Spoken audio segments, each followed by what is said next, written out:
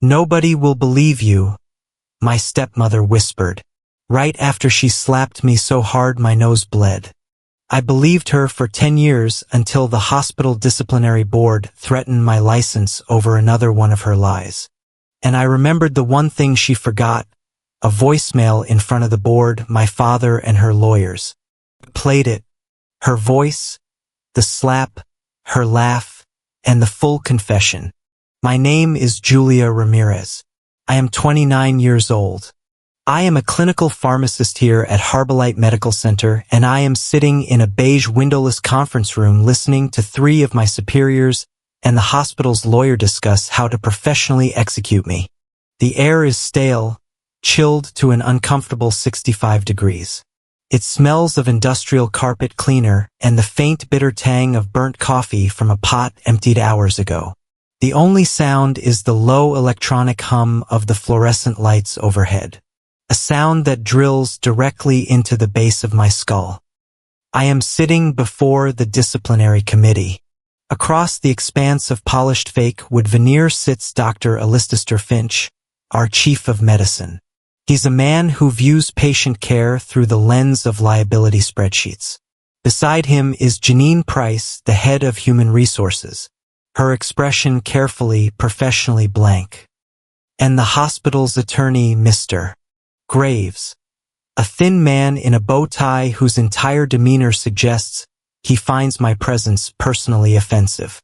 "We are here," Mr. Graves begins, his voice a dry rustle of old papers, "to discuss the formal complaint filed against you. Ms. Ramirez, the allegations are, as you know, extremely serious. I know. They've made me read the file twice. I am accused of behavior unbecoming a medical professional, emotional instability, and the one that stops my breath, domestic violence. The complaint was filed by my stepmother, Valerie King Ramirez. A woman so beloved in her Raleigh community, so active in her church, so draped in the performance of gentle charity that her word is treated as gospel. She is to all who know her a saint. My phone is on the table in front of me. It's an old model, but I keep it charged. It rests face up, a dark silent rectangle. In the top left corner of the screen, a tiny icon of a cassette tape is illuminated. A voicemail sits there, a digital landmine, a single dormant piece of evidence in a war I have been losing silently for over a decade. Only I know what it contains. Dr. Finch leans forward, steepling his fingers. He looks at me over the top of his reading glasses, not with anger, but with a profound administrative disappointment. "Julia, the police report filed last week is troubling. It states that your stepmother was the registered victim, that you initiated the altercation." He sighed as if dealing with a difficult child. "We understand that family dynamics can be stressful. We are prepared to be lenient. If you are forthcoming, if you admit to a lapse in judgment, perhaps we can resolve this with a mandatory leave of absence and therapeutic counseling. Suspension, not termination, a plea bargain. Admit I'm unstable. Admit I'm the monster she's always said I am. And I might get to keep the tattered edges of the career I clawed my way into." My gaze slides past them to the 2 chairs placed against the far wall. The observers, the accusers, there sits Valerie, her left hand, the one she claims I slammed in a door, is wrapped in a pristine white bandage. It rests delicately in her lap. Her eyes are red-rimmed and swollen, a testament to the crocodile tears she has been weeping for the board. She looks fragile, small, and terrified. She is a consummate artist, and next to her is my father, Douglas Ramirez. He is staring at a fixed point on the beige carpet somewhere between his feet and my chair. He will not look at me. His jaw is tight, his posture rigid. His right hand is gripping Valerie's uninjured one. A silent public declaration of whose side he is on, whose side he has always been on. He is a good man. My father, a kind man, but he is a weak man, and his weakness has been Valerie's shield and sword for 11 years. The hum of the light seems to warp, to deepen. The smell of carpet cleaner fades, replaced instantly by the sharp artificial scent of lemon-scented wood polish from a house 2 states away. The conference room dissolves. I am 18 again. I am in the kitchen in Raleigh. The one with the yellow wallpaper I always hated. Valerie has me backed against the refrigerator. The metal handle digs into my spine. Her face is inches from mine. This is not the face she shows the church bazaar. This is her real face. Her eyes are bright and cold. She leans in, her voice a soft venomous hiss. So quiet. My father reading the paper in the next room. Can't possibly hear. Nobody will believe you, Julia. I blink. The kitchen is gone. I am back at the table. My hand of its own accord has moved. My fingertips are resting on the cool, smooth glass of the phone. I pull my hand back as if burned. Mr. Graves clears his throat, annoyed by the pause. Furthermore, Ms. Ramirez, your stepmother has provided a significant file of supporting documentation, emails, text messages, a long documented history of your outbursts. He lifts a thick folder. It paints a very clear picture of her attempts to help you and your volatile responses. We have character statements from neighbors, from your own stepsister, all confirming a pattern of instability, a pattern of her poking me until I screamed, then presenting the scream as proof of my insanity, a pattern of emails sent to me, begging me to be reasonable, that she becked to my father as proof of her efforts. Frankly, Graves continues, flipping a page. The file is entirely one-sided. There is no physical evidence, no police reports filed by you, no medical documentation to support your counterclaim that you were the victim. The entire family record appears to stand with Mrs. King Ramirez. How do you document a soul being slowly poisoned? How do you photograph gaslighting? How do you submit a whisper as evidence? They want police reports. I was a child. I wanted my dad. I wanted it to stop. I didn't know I was supposed to be building a legal case. Therefore, Dr. Finch says, glancing at the large institutional clock on the wall. The sound of it tick-tock is suddenly deafening.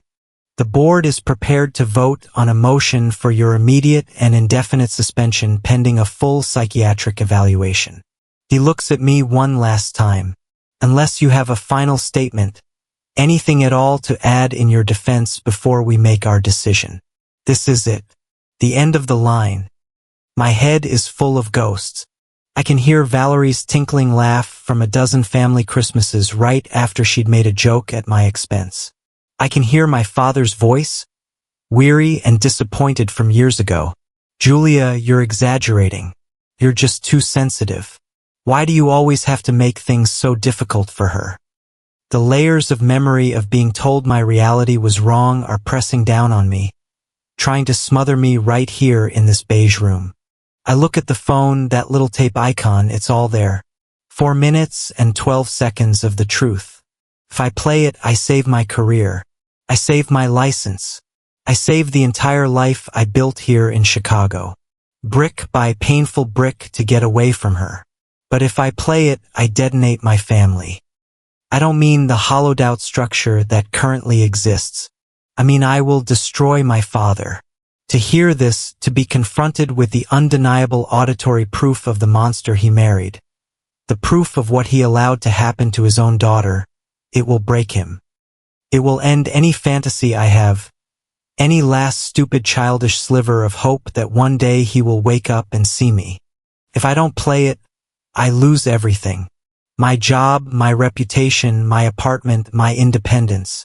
I will be exactly what she always said. I was unstable, unreliable, and unemployed. She wins. She finally truly takes it all. The choice is clear. It's not a choice at all. It's an amputation. My hand stops shaking. The humming in my ears ceases. I feel a sudden, cold, startling calm. I am no longer a daughter trying to be heard. I am a professional defending her life's work. I lift my head. I make eye contact with Dr. Finch, then with Ms. Price, then with Mr. Graves. I do not look at my father. I will not look at her. My voice comes out steady, clear, louder than I expected. This story doesn't begin with the police report from last week. It doesn't begin in the hospital. I pause. They are all looking at me now. Even Valerie seems to have stopped her performance. A flicker of curiosity in her eyes. It started 11 years ago. Started when I was just 18. And my father married Valerie. The clock on the wall ticks. Tick. Tock. The sound is sharp in the sudden absolute silence. Dr. Finch leans back. A silent gesture for me to continue. My hand rests near the phone. The imaginary camera in my head zooms in closer and closer until the entire world is just that tiny waiting voicemail icon. And then the past rushes in to meet me. 11 years ago, I was 18. I was sitting on my bedroom floor. The old hardwood cool against my legs, holding a thick cream-colored envelope from the University of Colorado. The acceptance letter felt heavy, like a key. I had done it. My grades, my lab work, my application essay on the synthesis of aspirin. It had all worked. I was going to be a pharmacist. I was going to get out. I ran downstairs. The letter clutched in my hand, ready to tell my dad. I found him in the living room, but he wasn't alone. A woman was sitting on our sofa, the one my mom had picked out. She had sleek blonde highlighted hair and an expensive-looking silk blouse. My dad had a smile on his face I hadn't seen in years. Not since before my mom got sick. "Julia, perfect timing," he said, his voice booming. "There's someone I want you to meet." He introduced her as Valerie King. He told me they had been seeing each other for a few months, that she was a senior HR manager at a tech firm, that she was organized, brilliant, and just wonderful. He said it all in a rush, his eyes shining. Then he cleared his throat and took her hand. "And Julia, Valerie, and I are getting married." My own news about Colorado died on my lips. The acceptance letter suddenly felt flimsy, unimportant. Valerie stood up and glided over to me. She was all perfume, something heavy and floral like lilies. "Oh, Julia, I am so thrilled to finally meet you," she purred, pulling me into a hug that was both tight and cold. Her eyes, a pale, obsessing blue, scanned me from head to toe. "Douglas has told me so much about his brilliant daughter." She said I was a woman, but she called me his daughter like I was a child. I was already 18. I was an adult. A few weeks later, she moved in and the performance began. The day the moving truck arrived, our neighbor, Mrs. Henderson, came over with a lemon curd pie. Valerie intercepted her on the porch, bringing me into another one of those suffocating hugs. "Isn't she wonderful?" Valerie gushed to Mrs. Henderson, stroking my hair. "My daughter. I'm just so blessed." Her eyes over the top of my head weren't smiling. They were scanning the living room, noting the scuffs on the coffee table, the faded curtains. I saw it then. The look of an HR manager assessing an underperforming asset, our home. Valerie didn't come alone. She brought her own daughter, Leia. Leia was 17, a year younger than me. All suntanned legs, perfectly tousled hair, and a dazzling practice smile. She was everything I was not. I was quiet, pale, and spent my weekends volunteering at the free clinic's pharmacy. Leia spent her weekends at the mall. Instantly, my father and the rest of our relatives were enchanted. Leia was the princess. She was so full of life. I, by contrast, was immediately and implicitly cast in a new role, the sensible older sister, the one who had to be mature, the one who had to understand. "I just want our two girls to be the best of friends," Valerie would say at dinner, her hand resting on my father's. "It's my greatest wish." In front of him, she was the perfect blending peacemaker. But when he was in the other room, the air changed. Her criticism was never direct. Not at first. It was a series of small, precise cuts. "Oh, Julia, honey, are you sure about that blouse? It's very academic. You're reading again. You'll get wrinkles from frowning at all those big words. Why don't you come watch this reality show with Leia and me? You eat so quickly, dear. It's not a race. Gentlemen prefer a girl who takes her time." I tried to ignore it, burying myself in my summer pre-reading for organic chemistry. But she was relentless. One night at dinner, my dad, bless him, tried to connect with me. "Hey, Jules, I saw your final report card. Another A in AP chemistry. That's my girl. Organic chemistry, right? That's the tough one." I felt a small, rare spark of pride. I opened my mouth to tell him about the Colorado program, but before I could, Valerie let out a tinkling, silvery laugh. "Oh, Douglas, that's wonderful," she said, cutting in smoothly. "But speaking of accomplishments, you will not believe what happened today. Leia just got asked to be the face of that new boutique downtown, the Gilded Lily. They're gonna put her picture in the window, our little model, just like that." The conversation spun away from me. For the next 30 minutes, the entire table was absorbed by Leia's modeling gig. Her potential, her natural grace. My A in organic chemistry, my ticket to a new life, evaporated from the table. I just sat there pushing a green bean around my plate, invisible. Valerie's control spread through the house like a quiet stain. She called it creating a new family rhythm. The music we listened to was no longer my dad's old rock or my classical study playlists. It was Valerie's smooth jazz, which set my teeth on edge. Dinner was at 6:30 sharp, not 6:20, not 6:40. If I was late coming home from my pharmacy internship, I was met with a look of profound disappointment from Valerie and Julia. "You're letting the family down from my dad. My plans were no longer my own." "Oh, you want to go to the library on Saturday?" she'd say, her brow furrowed with concern. "But Saturday is our new family fun day. We were all going to go to the garden center. You have to check with the family first." "Dear, it's about bonding." Any small reasonable pushback was met with a devastatingly effective weapon. Her silent, wounded performance. If I said, "Actually, Valerie, I'd rather just eat in my room. I have to study," her face would crumple just slightly. She would say, "Oh, of course I understand." Then she would remain perfectly martyr silent for the rest of the night, sighing heavily whenever my father entered the room. Later, I would hear it through my bedroom door, the sound of muffled sobs from their room. "I'm just trying so hard, Douglas." She'd weep, but she just won't accept me. She hates me. It's like she wants to be miserable. I don't know what I'm doing wrong as a mother. A few minutes later, a heavy knock on my door. My father, his face etched with a familiar, weary disappointment. "Not with her, with me." "Julia, why are you doing this? She's trying. Can't you just try?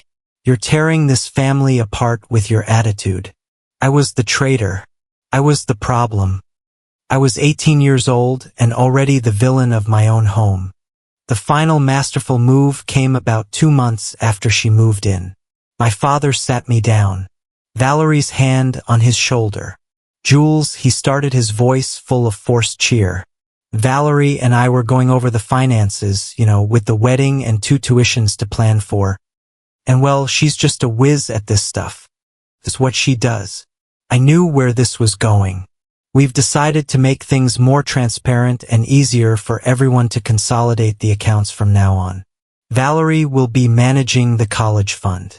So when you need money for books or tuition, you just go to her. It'll be like our own little family finance office." My blood ran cold. The college fund. The one my mom and dad had started for me.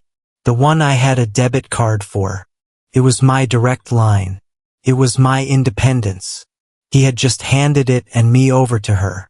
"It's for financial transparency," Valerie added, her smile all white teeth. The next week, when I needed to buy the organic chemistry textbook, a $300 monster, I had to ask her. I stood in the kitchen like a beggar. $300, she'd said, raising a perfectly plucked eyebrow. For one book, that seems incredibly wasteful. Julia, are you sure you can't find a used one or just use the library's copy? I'll have to look into it. I'll transfer you $75 for now. I had to borrow the rest from a friend. I was no longer my father's daughter. I was a line item on her budget to be managed and minimized. Her jokes became more frequent and sharper. She loved to deliver them at family gatherings in front of my aunts and uncles who all thought she was a breath of fresh air. "Oh, here comes Julia, our little robot," she'd say as I walked in. "Don't ask her about feelings, but if you need to know the atomic weight of potassium, she's your girl. Leia is all heart," she'd muse, stroking her daughter's hair. "Julia is all head. I just worry. No man wants a woman who sounds like a textbook. You have to learn to soften up." Honey, I took more and more shifts at the pharmacy, both to save my own money and to simply be out of that house. The air in it was toxic. I could only breathe on the outside. One night, I came home late, around 10 o'clock. I was exhausted. My feet ached, and I smelled like hand sanitizer and coated pills. I was saving up for a deposit on a dorm in Colorado, desperate to get out. I found Valerie in the kitchen waiting for me, nursing a glass of wine. "You're late," she said. It wasn't a question. "I had a shift," I said, pulling off my shoes. "I saw your schedule at the pharmacy when I dropped off Leia's prescription," she said, her voice dangerously calm. "You've been picking up extra night shifts. You're working almost 30 hours a week. I need the money for my books and for the dorm deposit." Valerie stood up. She walked over and quietly, deliberately closed the swinging door that led to the dining room, plunging the kitchen into a more intimate, shadowy light. The performance was over. This was the real Valerie. "You are embarrassing your father," she said. Her voice was a low, cold blade. "What I'm working, it's responsible. You are making him look like he cannot provide for his own daughter. You are making me look like a bad stepmother who can't manage a budget. Our neighbors, the pharmacists, everyone sees you. His daughter scrambling for cash like some charity case. It's humiliating." I was stunned. "This isn't about Dad. This is my choice. It's my money. You don't get to control this." To the word to hung in the air. It was a mistake. I had shown my hand. She took a slow step toward me. The floral perfume was overwhelming, cloying. "You don't get it, do you?" she whispered. She was close now. So close I could feel the coolness of the wine on her breath. "You're still fighting, still trying to prove you're right. You think that matters?" She leaned in, her lips almost touching my ear. Her voice was so soft. It was barely a sound. "You have no idea what it's like to have your whole family turn on you. To have everyone you love look at you like you're crazy. Like you're poison." She pulled back, her blue eyes glittering. "I do. I can make that happen. I can make your own father believe you are a spiteful, ungrateful, unstable little, and you know what?" She smiled. "Trust me, Julia. Nobody will believe you." She turned, opened the kitchen door and walked out. A moment later, I heard her in the living room, her voice bright and cheerful. "Douglas, honey, is the kettle on? I'm making us some tea." I stood alone in the dark kitchen. My hands were shaking through the door. I could hear my father laughing at something Leia said. The sound was hollow, distant, like it was coming from another world. I reached into my pocket and my fingers closed around the folded, worn-out acceptance letter from Colorado. I held on to it so tight my knuckles turned white. Curse. That's what it was. Her words weren't a warning. They were a curse. And for the first time in that kitchen, I believed her. 1 year later, I was 19. The dream of Colorado had been deferred. Valerie had convinced my father that it was financially reckless for me to go so far away, with Leia starting college soon. 2, we need to be smart, she'd argued. So I was still in Raleigh, living at home, attending the local university. The compromise was that I could enroll in their pre-pharm pharmacy program, a good one, and work as an apprentice at a local apothecary to save money. Save money. That was the joke. The money I saved, Valerie managed. I was a pressure cooker. I worked 40 hours a week between the pharmacy and my internship on top of a full course load. I was exhausted all the time, but in the dictionary of Valerie King Ramirez, my exhaustion was hostility. My focus was being cold. My frantic attempts to study in my room were antisocial. The whisper campaign I hadn't known she'd started was now in full swing. We're just so worried about her. I overheard her telling my Aunt Rosa on the phone, her voice dripping with manufactured concern. She's becoming obsessed with money. She hides in her room, counting every penny. She's not stable. Rosa Douglas is at his wit's end. She was building the narrative brick by brick that I was the unstable one. She was priming the jury. The bomb dropped on a Tuesday. The tuition for my fall semester was due in 2 weeks. I had been working extra shifts, double shifts to cover the increase, and I'd finally saved enough. I just needed Valerie to make the transfer from the Julia's education sub-account she'd created, the one my paychecks were funneled into. I logged into the bank portal just to check the balance before I went to ask her. The balance was almost zero. I felt the blood drain from my face. I clicked on the transaction history. There it was. A single transfer made 3 days ago, $5,400. The entire contents of the account, it was transferred to a new savings account, an account I had never seen before. The account's name, Laya's First Car Fund, $5,400. My entire semester, my entire summer of 16-hour days gone. I think I stopped breathing for a full minute. I just stared at the screen. This wasn't a mistake. This wasn't an oversight. This was theft. I printed the bank statement at the university library. I walked home, the paper folded in my pocket, feeling like a block of ice. I waited. I waited for 2 hours until I heard my dad's truck pull out of the driveway. He was going to the hardware store. He would be gone for at least an hour. I found Valerie in the kitchen, humming along to the smooth jazz on the radio, flipping through a home decorating catalog. I didn't say hello. I just walked to the kitchen island, unfolded the paper, and laid it flat on the granite. "You moved my tuition money," I said. My voice was shaking, but it was clear. She didn't even look up from her catalog. "I have no idea what you're talking about. Julia, don't be dramatic. You moved $5,400 from my education account to a savings account for Leia." She finally looked up. Her eyes were placid, bored. She glanced at the paper. "Oh, that, honestly, Julia, your hysteria is going to give you an ulcer. It's just smart financial planning. I was consolidating assets. We can't have all these little accounts floating around. It's messy. That was my tuition money. Valerie, it's due in 2 weeks," she sighed. A put-upon long-suffering sound, as if I had just asked her to explain basic math to a toddler, and it will be handled when it's handled.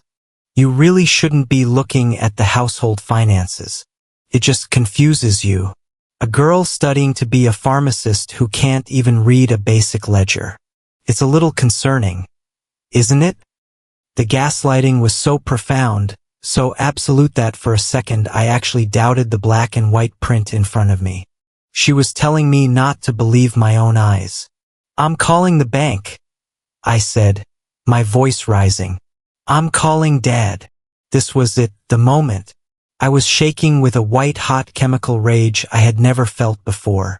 I fumbled for my phone in my back pocket. It was an older smartphone, one I'd bought with my own apprentice money. My hands were sweating. I couldn't get the unlock screen to swipe. I was trying to get to my contacts to find the bank's number to find his number. My thumb slipped on the glass, hitting the phone icon. It opened the call log. My fingers were trembling so badly I couldn't hit the right contact. I just jammed my thumb onto the screen. It hit the very first entry, my own number, the one I'd called earlier that day to check my balance. The phone beeped and started ringing. It was calling my own voicemail service. I didn't realize it. I was just staring at the screen, furious at my own fumbling as the call connected. A tiny quiet beep sounded as the automated system picked up, ready to record a new greeting or check messages. The call was live. The line was open. Valerie saw the phone in my hand. Her assumption was instantaneous. I was recording her, or I was calling my father to put him on speaker. Her face changed. The bored, dismissive mask vanished. "You little snake," she hissed. She moved so fast I didn't even have time to flinch. She lunged across the island and snatched the phone from my grasp. I yelled, "Hey!" But she already had it. She didn't smash it. She didn't look at it. She just threw it. A furious backhanded motion. The phone skittered across the granite countertop and banged into the base of the toaster. 10 feet away. It landed face down. The call was still active. The microphone, now amplified by the hard flat surface of the counter, was live and the machine was recording. "You think you can threaten me?" she snarled, advancing around the island. I backed up instinctively. "You think you can wave your phone around and threaten me in my own house? That was my money," I yelled, my voice cracking. I hit the back of the refrigerator and had nowhere else to go. She was in my space now, crowding me. Her floral perfume so thick I felt like I was choking on it. It was nothing she spat. It was a number on a screen. "You are a black hole, Julia. A joyless, ungrateful little gnat. You walk around this house, a walking corpse, playing the victim. You are a burden. I'm not the victim. You stole from me. I gave that money a purpose. My daughter Leia, she deserves something beautiful. She brings joy. You just swallow opportunity and spit out misery and calculations. You're a psycho." The word psycho hung in the air. The word she'd been whispering to my aunts, my uncles, the word she was trying to make true. My voice was a desperate whisper. If Dad finds out, if he finds out you stole that money, that was the line. The invocation I had threatened her control over him. The theatrical anger in her eyes vanished, replaced by something flat, cold, and reptilian. "You," she said. And then she slapped me. It wasn't a movie slap. It was a full-force, open-palmed, closed fist in the follow-through strike. The sound was a sharp, wet crack that echoed in the kitchen. My head snapped to the right so hard my neck popped. White light exploded behind my eyes. For a second there was no pain, only a deafening high-pitched ringing. Then the pain flooded in. A tidal wave of fire. My entire left cheek, my ear, my jaw. It was all just one screaming blaze. My eyes watered instantly. I tasted salt and the sharp metallic tang of blood. Before I could even process it, she grabbed a fistful of my hair at the scalp and yanked my head back, slamming the back of my skull against the refrigerator. I cried out, "You will not win," she growled, her face inches from mine. I could see the tiny broken blood vessels in her eyes. "You think he will believe you over me?" She laughed. A short, sharp, ugly sound. "What's your proof? Huh? That little red mark on your face. That will be gone in an hour. All I have to do is cry. All I have to do is walk into his office, wrap a bandage around my hand, and tell him my unstable, violent, psycho stepdaughter attacked me. And he will believe me. He will always believe me." She shoved my head back against the metal one last time hard. "Nobody will believe you. Julia, nobody." She released me. I crumpled, sliding down the side of the refrigerator until I was half sitting on the floor holding my face and the kitchen door swung open. It was Leia. She was holding her own phone, headphones dangling from her neck. She stopped dead. She saw me on the floor. She saw me holding my bleeding nose. She saw the bright red handprint already forming on my cheek. Then she looked at her mother, who was standing over me breathing hard.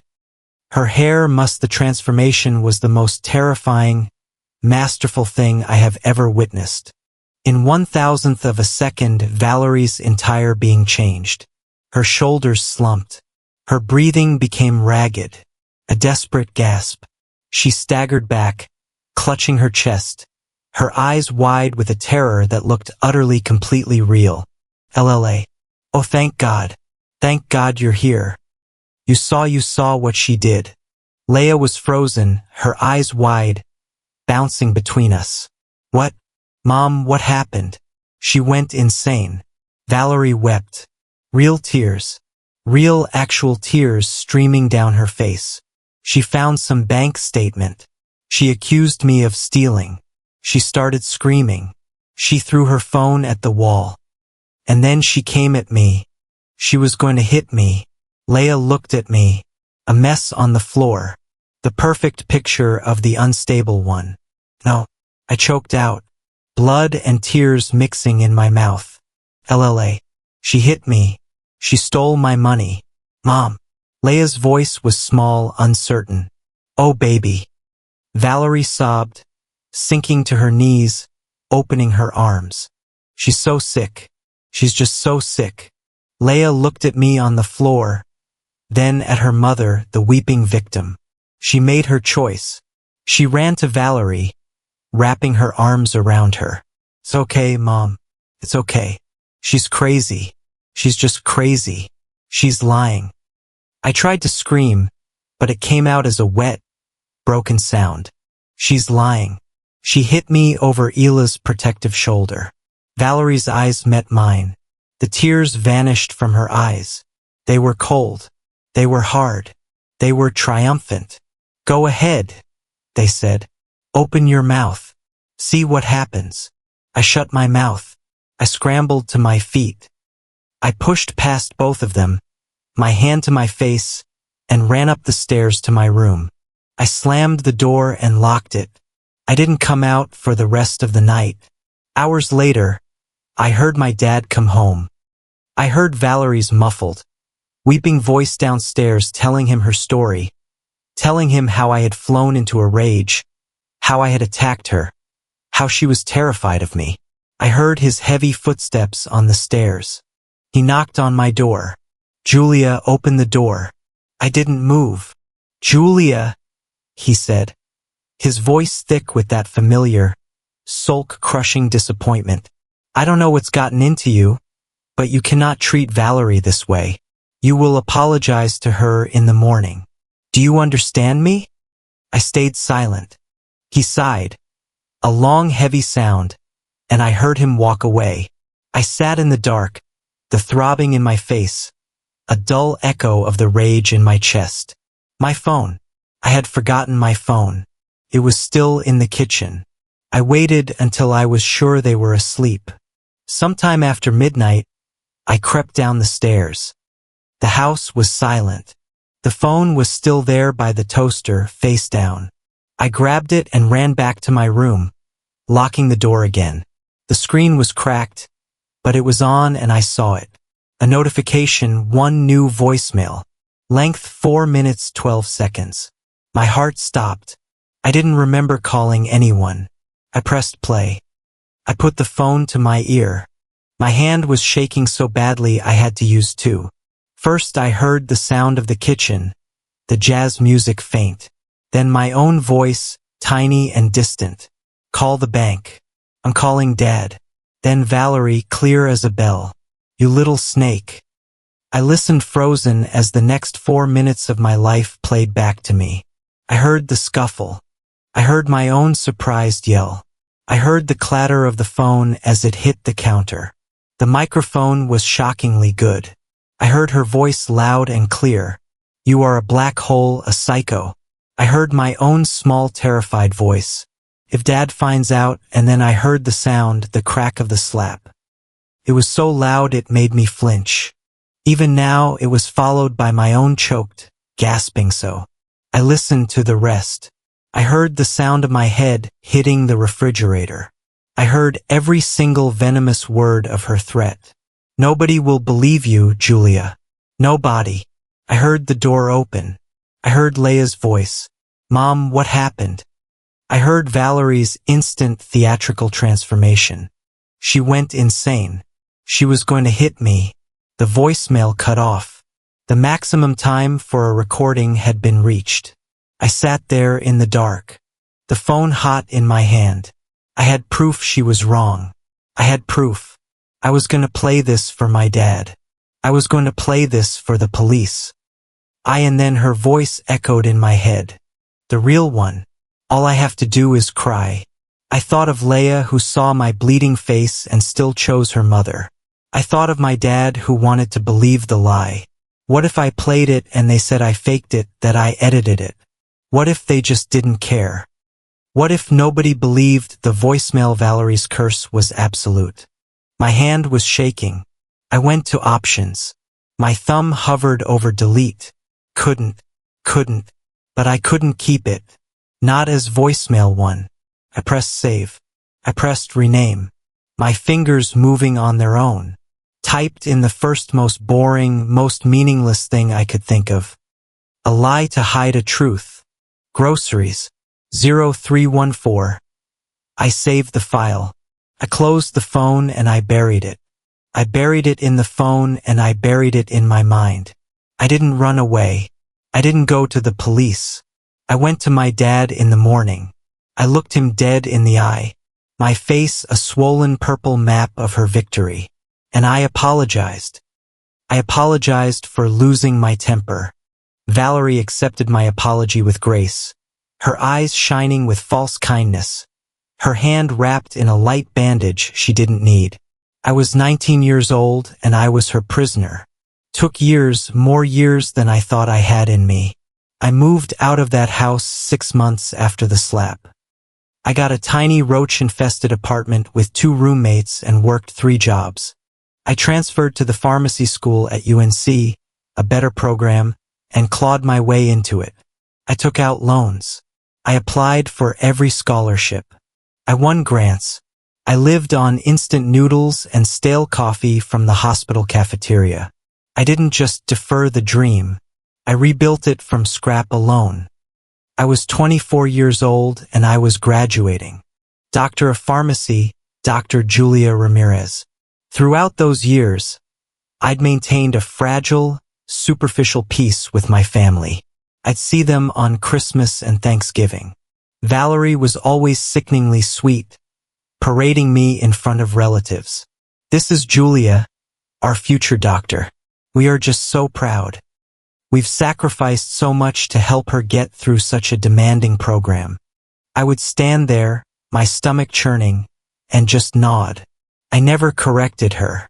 I never mentioned the $5,400 that was never returned or the fact that I was paying 100% of my own tuition. My father would beam, proud of his contribution, proud of the lie. It was easier. Telling the truth would have started a war I didn't have the energy to fight. But this was different. This was the finish line. I mailed 4 invitations to the house in Raleigh. 1 for my father, 1 for Valerie, 1 for Leia, and 1 for my little stepsister Maya, who had been born into this dysfunction and was so far blessedly untouched by it. I imagined it. I let myself for one stupid weak moment. Imagine them sitting in the auditorium. My father finally seeing me walk across that stage. A doctor, even Valerie, forced to applaud, to acknowledge that the unstable psycho had actually done it. A few days later, my phone rang. It was Valerie. Her voice was TRLY like warm honey. Julia, darling, we just got the invitation. Oh, we are bursting with pride. A doctor. My daughter, the doctor, my daughter. Of course, we'll be there, she gushed. We wouldn't miss it for the world. Your father is already looking up restaurants to book for the celebration afterward. Front row, darling. Well, be right in the front row. Thank you, Valerie, I said, my voice flat. It's at 10 a.m. May 14th. It's on the calendar in permanent marker. We love you so much. We'll be there. I hung up and God help me. I believed her. I let myself hope. I let myself think that this achievement was finally big enough, shiny enough that even she couldn't tarnish it. That maybe, just maybe, my father would finally be proud enough to see me. May 14th, graduation day. The air in the assembly hall was electric, thick with the smell of hairspray, starched robes, and the ozone scent of thousands of people's excitement. I was in the staging area, a sea of black robes and cardboard mortar boards, trying to find my assigned seat number. My best friend, Tessa Moore, found me first. She had flown in from Virginia, where she was finishing her own master's degree. She tackled me in a hug. Dr. Ramirez, I knew you when you were just a lowly pill counters. Shut up, Moore. I laughed, hugging her back. Are your parents here? Oh yeah. Mom's already crying and Dad's got the air horn. They're in section 104. Where's your crew? Section 102, I said, feeling a smile twitch my lips. They're coming. My dad booked a table at the Angus barn for tonight. No kidding. The whole 9 yards. Tessa said, That's awesome, Jules. You deserve it. We had about 10 minutes before we had to line up. I pulled out my phone, a nervous habit, just to check the time. A new Instagram story notification was at the top of my screen from Leia. It was a video. I tapped it. The sound of a live band. A pretty bad cover of a pop song blared from my speakers. The image was shaky, bright with sunlight. Leia was panning her camera across a crowded boat dock on a lake. Val's summer bash. She was screaming over the music. Party of the year. Kicking it off right. The camera spun. I saw a huge, professionally printed banner strung between two poles. It read Val's summer bash. My heart hitched. I looked closer. It was Lake Norman. That was 2 hours away from Raleigh. It was right now. Leia's camera found her mother. Valerie in a white linen dress and big sunglasses holding a mimosa, blowing a kiss at the camera, and then next to her holding his own glass. His arm was slung around Valerie's shoulders. He was smiling, his face tan, laughing at something she said. My father.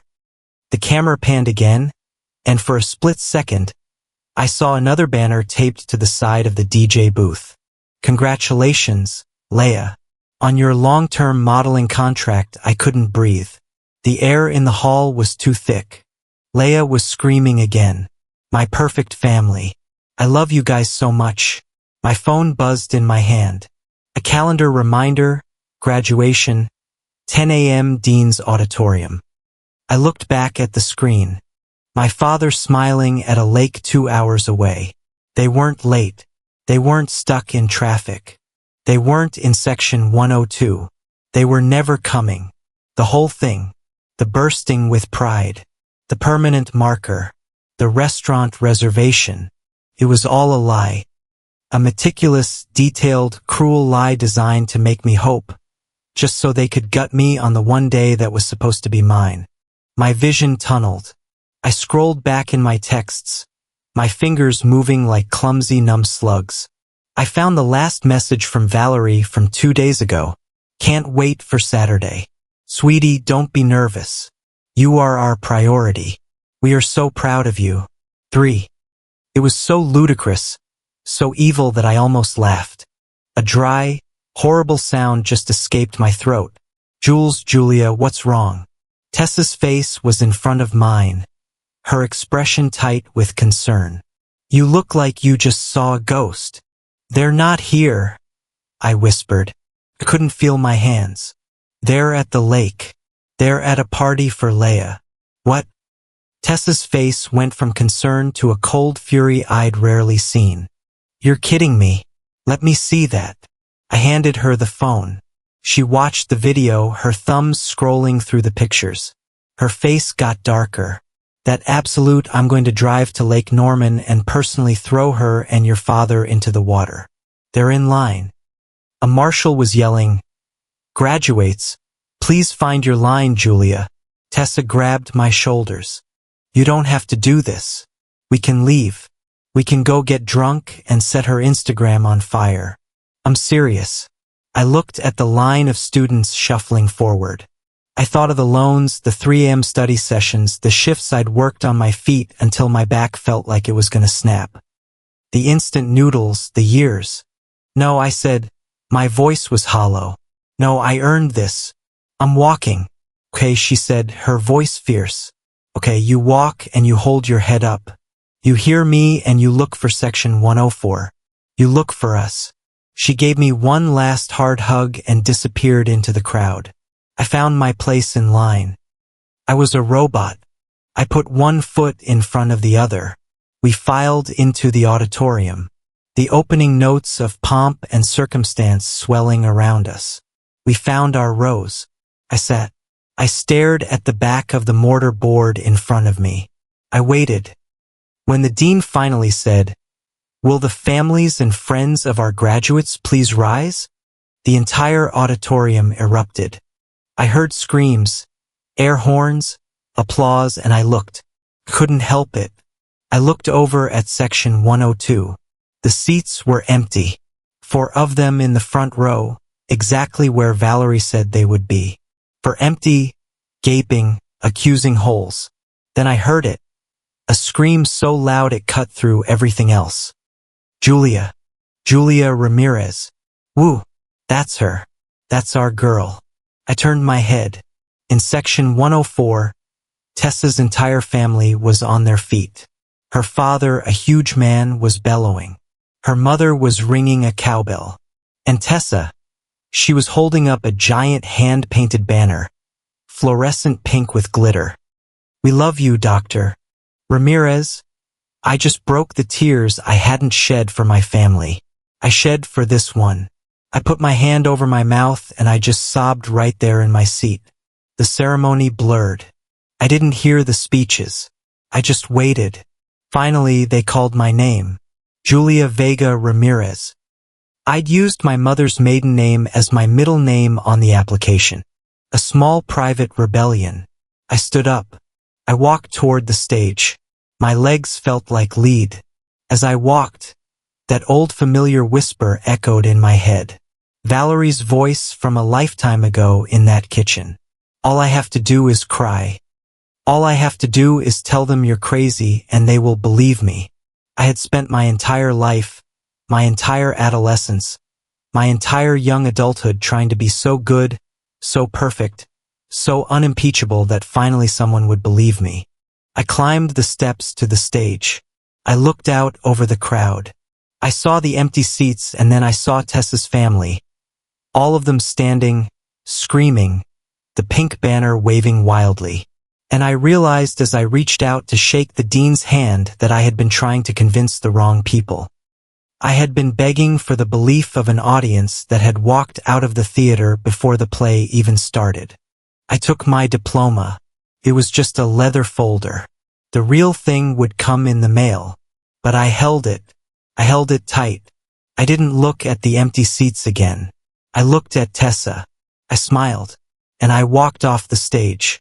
I sat in my car in the parking lot for a long time. The auditorium had emptied out. The celebrations had moved to restaurants and homes. I was just sitting. The silence after all that noise was deafening. My phone was on the passenger seat. The old one, the one I kept charged just in case. My hand moved almost on its own. I picked it up. I powered it on. I went to my audio files. Groceries 0314. I pressed play. I put the phone to my ear. I heard the kitchen sounds. I heard my own 19-year-old voice high and thin with panic. And then I heard her. This time I didn't hear a monster. I didn't hear a terrifying, all-powerful demon. I heard a small, cruel, deeply pathetic woman. I heard her rage. I heard her jealousy. I heard her fear. And I heard the slap, the sound of a crime. This time I wasn't listening as a daughter, desperate to be loved. I was listening as an adult, as a diagnostician, as a scientist. And I recognized the sound for what it was. It was not a curse. It was not a memory I had to be ashamed of. It was evidence. A knock on my window made me jump. It was Tessa, her dad's car idling behind mine. "Hey," she said, opening the door. "You're not invited to your own pity party. Mom says we're going for steaks and she's already claimed you as her honorary daughter, so you don't have a choice." I looked at her kind, furious, loyal face. I looked at her parents in the car waiting for me. I wiped my face. I turned off the voicemail. "Okay," I said. "Okay, steaks sound good." The contrast sitting at that table was staggering. The Moores toasted me. They asked me smart questions about my thesis. They argued over who got to call me doctor first. They didn't ask about my family. They didn't need to. They just wrapped their own loud, functional, loving family around me. And they didn't let go. I got back to my tiny apartment late that night. I was full of steak and good wine and a terrible clarifying rage. I sat at my laptop. I didn't cry. I didn't wallow. I acted. I opened a search engine. How to file a protective order in North Carolina. How to legally change your last name. States with Pharmacist in demand programs. The voicemail wasn't a burden. It was a weapon. It was a key. It was my turn to tell the story. I opened my email. I drafted a cover letter to the hiring manager, Lakeside Meridian Center, Chicago, Illinois. I attached my resume. I changed my bank passwords. I changed my email passwords. I blocked Valerie King Ramirez on every social media platform. And I set a date. 1 month I would be gone. I would not tell her. I would not tell my father. I would just disappear. I would leave Raleigh. And I would never ever let her find me again. Chicago was a shock. It was loud, enormous, and smelled of exhaust. Lake Michigan and roasted nuts. My car, a 1998 sedan I'd bought for $800, barely survived the 14-hour drive from Raleigh. Its shocks were gone, and every pothole on the Dan Ryan Expressway felt like a personal assault. I arrived with $700 to my name, 4 boxes of textbooks, 3 boxes of clothes, and my degree safely enclosed in a cardboard tube. I had a job offer contingent on my passing the Illinois licensing exam, but I had no apartment and knew no one. For the first 2 nights, I slept in a motel that smelled of cigarettes and industrial bleach. Then, Lakeside Meridian Center, my new employer, fast-tracked my orientation. I passed my boards, and on a rainy, blustery afternoon, I signed a 1-year lease on a 400-foot studio apartment in Lakeview. It was tiny. It was on the 3rd floor of a walk-up. It wasn't much, but it was mine. The main window looked out over the elevated train tracks, and every 15 minutes, the entire apartment would rumble and screech as the brown line raced past, shaking the water in my glass. To anyone else, it would be a nightmare. To me, it was the sound of life. It was the sound of a city that didn't know my name, that had no memory of Valerie, that didn't give a damn about my past. My first purchase was not a bed. It was a hammer, a single nail, and a cheap black frame from a drugstore. I stood on my one wobbly chair, held the frame against the drywall, and hammered the nail in. The sound was obscenely loud in the empty room.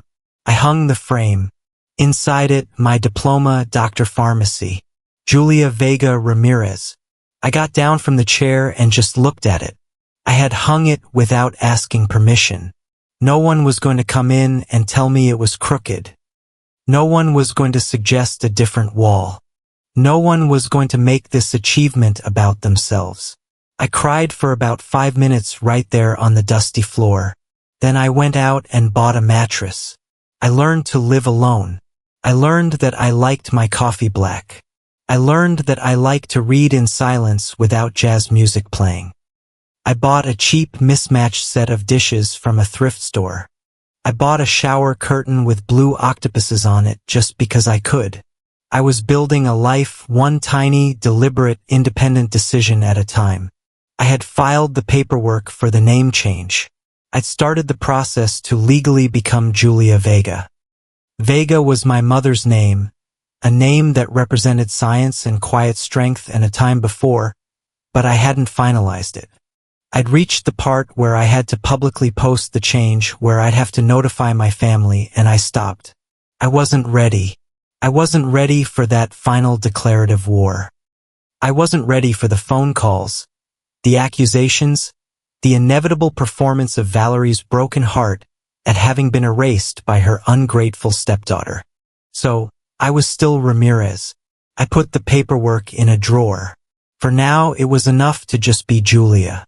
Work became my sanctuary. It was the one place where my identity was clear, simple, and respected. I was Dr. Ramirez, the new clinical pharmacist on the oncology floor. My job was complex. I managed chemotherapy protocols. I advised on antiemetic regimens. I double-checked dosages that could be the difference between remission and organ failure. I was good at it. My brain, the one Valerie had mocked as being all head, was an asset here. It saw patterns. It remembered interactions. After a few months, I stopped being the new girl and just became part of the team. Dr. Adrian Cole, the lead medical oncologist, a tall, perpetually stressed man who always had coffee stains on his white coat, started seeking me out. He'd poke his head into the pharmacy satellite office. Ramirez, I've got a weird one. Stage 4 pancreatic, new onset atrial fibrillation, and he's allergic to half the drugs on the formulary. What's your play on his anticoagulation? And I would have an answer. We can't use the standard, but if we adjust the dose on his chemo regimen, we can safely start him on a low-dose alternative. I'll send you the data. He'd nod, his sharp eyes assessing me. You've got a hell of a mind, Ramirez. It's good to have someone on this floor who actually reads the studies. That was it. No parade, just respect. A single sentence of professional acknowledgement felt more validating than a lifetime of my father's half-hearted, distracted praise. Tessa, as promised, was my lifeline. We FaceTimed every Sunday. She'd be on her porch in Virginia, a glass of wine in hand, and I'd be on my second-hand sofa, the L train rumbling past my window. So, she said one night, "How's the new world? You look less haunted." "I'm just breathing." I said, "It's weird. I keep waiting for the other shoe to drop, for someone to yell at me for buying the wrong brand of milk." "Yeah, that's going to take a while," she said, her smile fading a little. "You know, I was telling my therapist about your graduation day. She has a name for your family system. Oh, a high-control narcissistic enclave with a primary abuser and a passive enabler. That sounds clinical. It's also the goddamn truth. Jules, you're not crazy. You were never crazy. You were just a sane person living in a house built by lunatics. Don't you ever forget that." I tried not to, but the past had its own ways of reaching out. The emails from my father started about 2 months after I left. I had never told them I was moving to Chicago. I simply vanished. I'd left a note on my empty apartment door in Raleigh that said, "My lease is up. I've taken a position in another state." They'd gotten my new email address, I assume, from some relative I'd forgotten to block.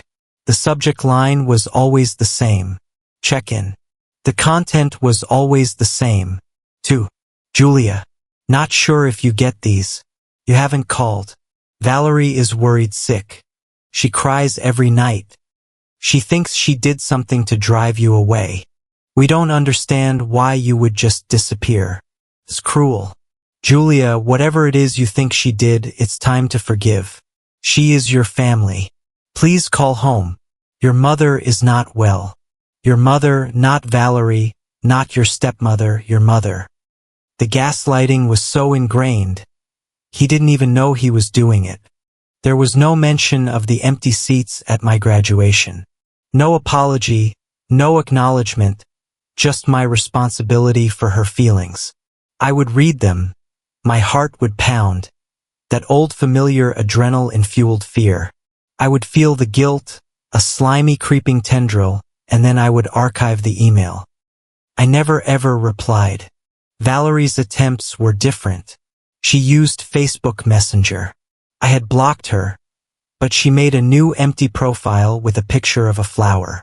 Her messages were long, rambling paragraphs, sent at 2 in the morning.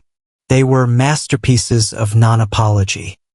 Julia, I lie awake at night and I just pray for you. I pray you find peace. My heart is broken that you've cut us out. I know I wasn't a perfect mother. I know I was hard on you sometimes. I was just so desperate for you to be happy, for us to be a real family. If I ever said anything or was a little too tough, you have to know it was only because I love you like my own. I would read the words, a little too tough. That's what she called the slap. That's what she called the theft. That's what she called a decade of systematic psychological warfare. I would read them and I would feel that cold, clarifying rage return. I'd block the new profile. 2 weeks later, another one would appear. I'd block that one too. My old phone, the one with the voicemail, was in the back of my desk drawer under my old tax returns. I transferred the file to my laptop just in case. It was in a folder. The folder was inside another folder. The main folder was labeled Tax Docs 2018. It was a digital bomb I hadn't diffused, just misplaced. I didn't listen to it. I just needed to know it was there. One afternoon, I was in the hospital cafeteria grabbing a coffee. At the table next to mine, a patient in a blue robe was talking to, I assumed, her sister, and so I finally just did it. The patient was saying, he came home drunk, started in on me, just like always, calling me worthless, saying he'd take the kids. I had my phone in my pocket. I just hit record. You didn't? The sister whispered, her eyes wide. I did. I got a full 3 minutes. My lawyer about cried when she heard it. She said, this is it. This is the whole case. Because he was always so charming in public. You know, just like your ex. Everyone thought he was a saint. No one would have believed me. The sister shook her head. No one? Yeah. Well, the patient said, taking a sip of her juice. They believe me now. The judge heard it. The restraining order was permanent in 10 minutes. I stood there frozen by the coffee machine. No one would have believed me. They believed me now. The words hit me like a physical blow. A legal binding real-world precedent. A recording was not just a memory. It was proof. It was a weapon. It was a key to a door I had been too terrified to even look at. The next week, I made an appointment. My therapist's name was Dr. Anna Sharma. She had a quiet office in the loop that looked out over the river. She was the first person I told. I told her everything from the first day, from the stolen academic victories to the financial control to the whisper campaign to the slap to the graduation. I told her about the voicemail. When I was done, I was exhausted. I was waiting for her to tell me I was exaggerating, that I was too sensitive, that it was just family drama. She was silent for a full minute just looking at me. Then she said, Julia, what you've described is a textbook case of sustained psychological abuse, financial abuse and physical assault. The fact that you got yourself out, that you are sitting here, that you have built the life you have is a miracle. I hadn't realized I was crying until I tasted the salt. I keep thinking I'm crazy. I whispered. I keep thinking maybe it wasn't that bad. Maybe I'm the problem. That she said, her voice gentle but firm, is the gaslighting. It's the most brilliant and the most insidious part of their strategy. They didn't just hurt you. They convinced you that you weren't allowed to be hurt. They told you that your own correct perception of reality was a form of insanity. She leaned forward. Let me be very clear. The single worst thing she did to you was not the slap. It was not the theft. It was that one sentence. Nobody will believe you. That was the lock on your cage. It made you the warden of your own prison. It made you silence yourself long after she was gone. She diagnosed me with mild, complex PTSD. She gave me tools, breathing exercises, grounding techniques, and then she gave me homework. I want you to create a new folder on your computer. She said, I want you to save every single email from your father, every messenger attempt from Valerie. I want you to make a timeline of what you remember, not for you to live in. Julia, not to dwell, but as a legal file. You ran from them, but they are still reaching for you. It's time to stop running and start building a fortress. This documentation, this is your stone wall. That night I went home. The L train rumbled past, its lights flashing across my wall. I sat at my small desk. I opened my laptop. I created a new folder on the desktop. I didn't call it tax docs. I called it evidence. I dragged the voicemail file into it. I started forwarding my father's emails to a new secure account. I screenshotted Valerie's messages. The snow had started to fall outside. The first real snow of the season. The city was going quiet, blanketed in white. I felt calm, not happy, not safe, but calm. I wasn't a victim cowering in the dark. I was a scientist collecting data. I opened a notebook. On the first clean page, I wrote one sentence. If one day they really don't believe me, I'll make them listen to her own voice. 3 years went by. 3 good years.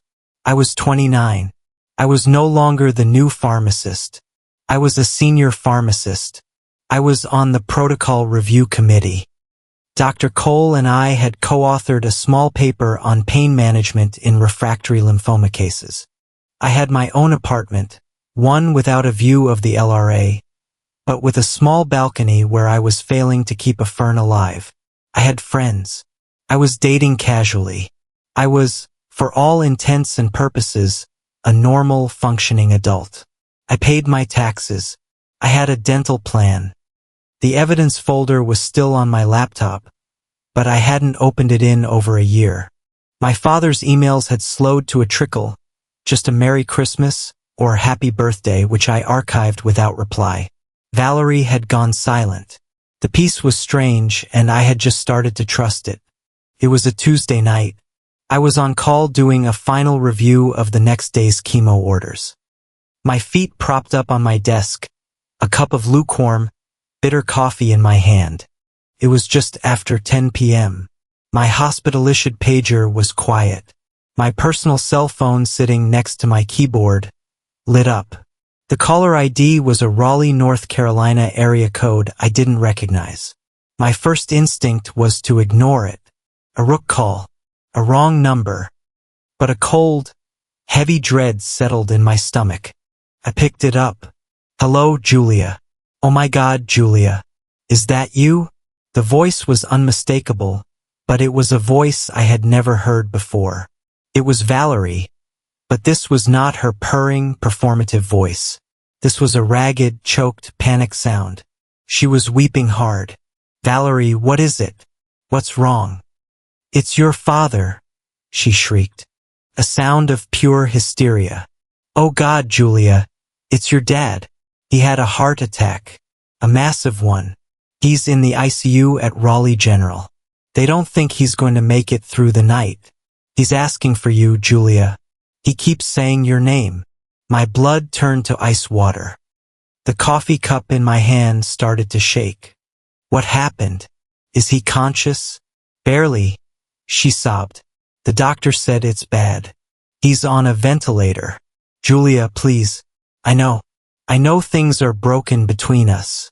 I know we've had our problems, but he's your father. He's your daddy. Please come home. Come say goodbye. I'm begging you. Julia, please. I'm begging you. All my carefully constructed walls, my therapy, my logical defenses, they all evaporated. This wasn't a game. This wasn't a lie. You can't fake this kind of terror. This was real.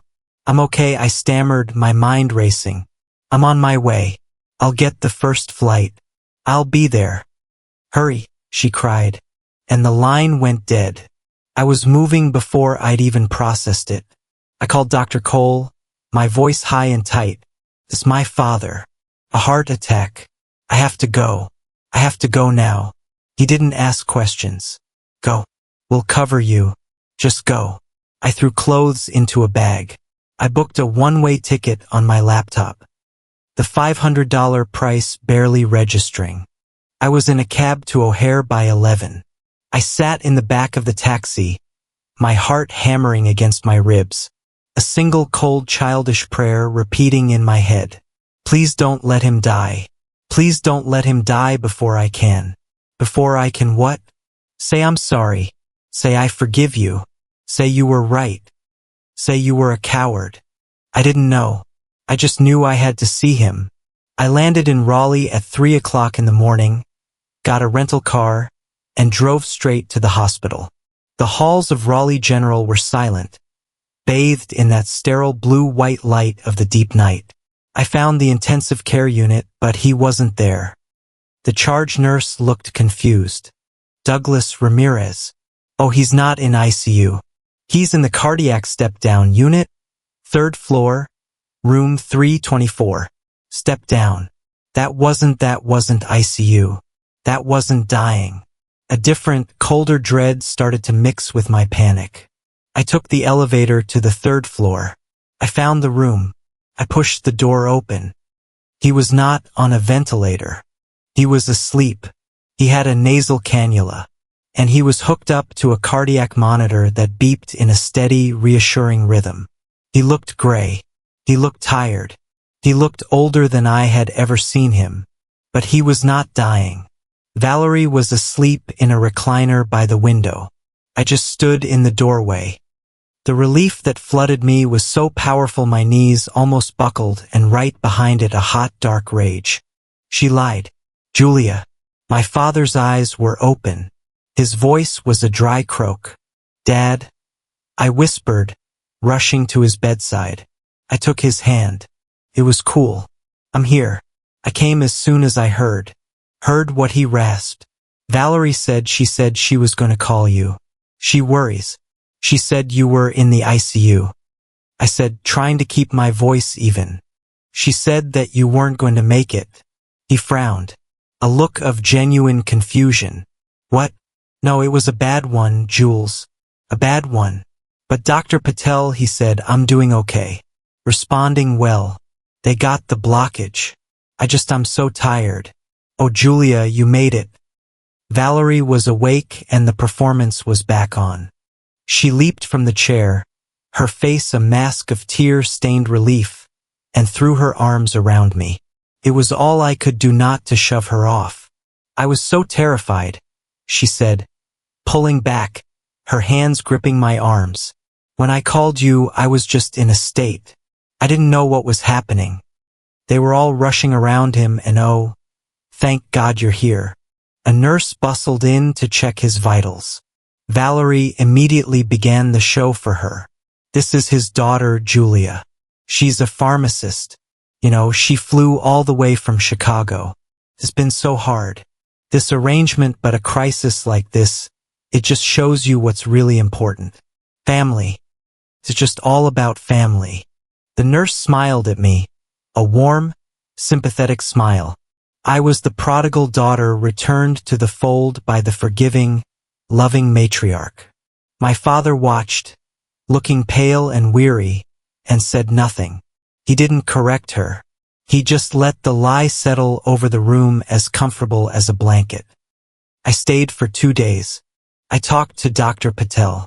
My father had a significant myocardial infarction. He was lucky. He needed bypass surgery, but he was stable. He was not dying. On the 3rd day, Valerie cornered me in the hospital cafeteria. She slid into the booth across from me, her hands wrapped around a styrofoam cup of coffee. Her face was a perfect calibrated mask of exhaustion and responsibility. "Julia," she said, her voice a low, serious hush. "I am so glad you are here. Truly, I'm just so overwhelmed. The doctors they're talking about, well, directives, prognosis, long-term care, and all the insurance, the billing, my head is spinning." She leaned in, her eyes pleading. "With your medical background, you understand this. You speak their language. And your father, he's just so tired. He's not in a place to make these decisions right now." She reached into her oversized purse and pulled out a thick folded stack of papers. She slid them across the table. "It's just some paperwork," she said, waving a dismissive hand. "Standard medical authorization. It's just so I can make the day-to-day decisions and so you can have the authority to talk to the doctors, too. As his pharmacist, as his daughter, to help me, to help us."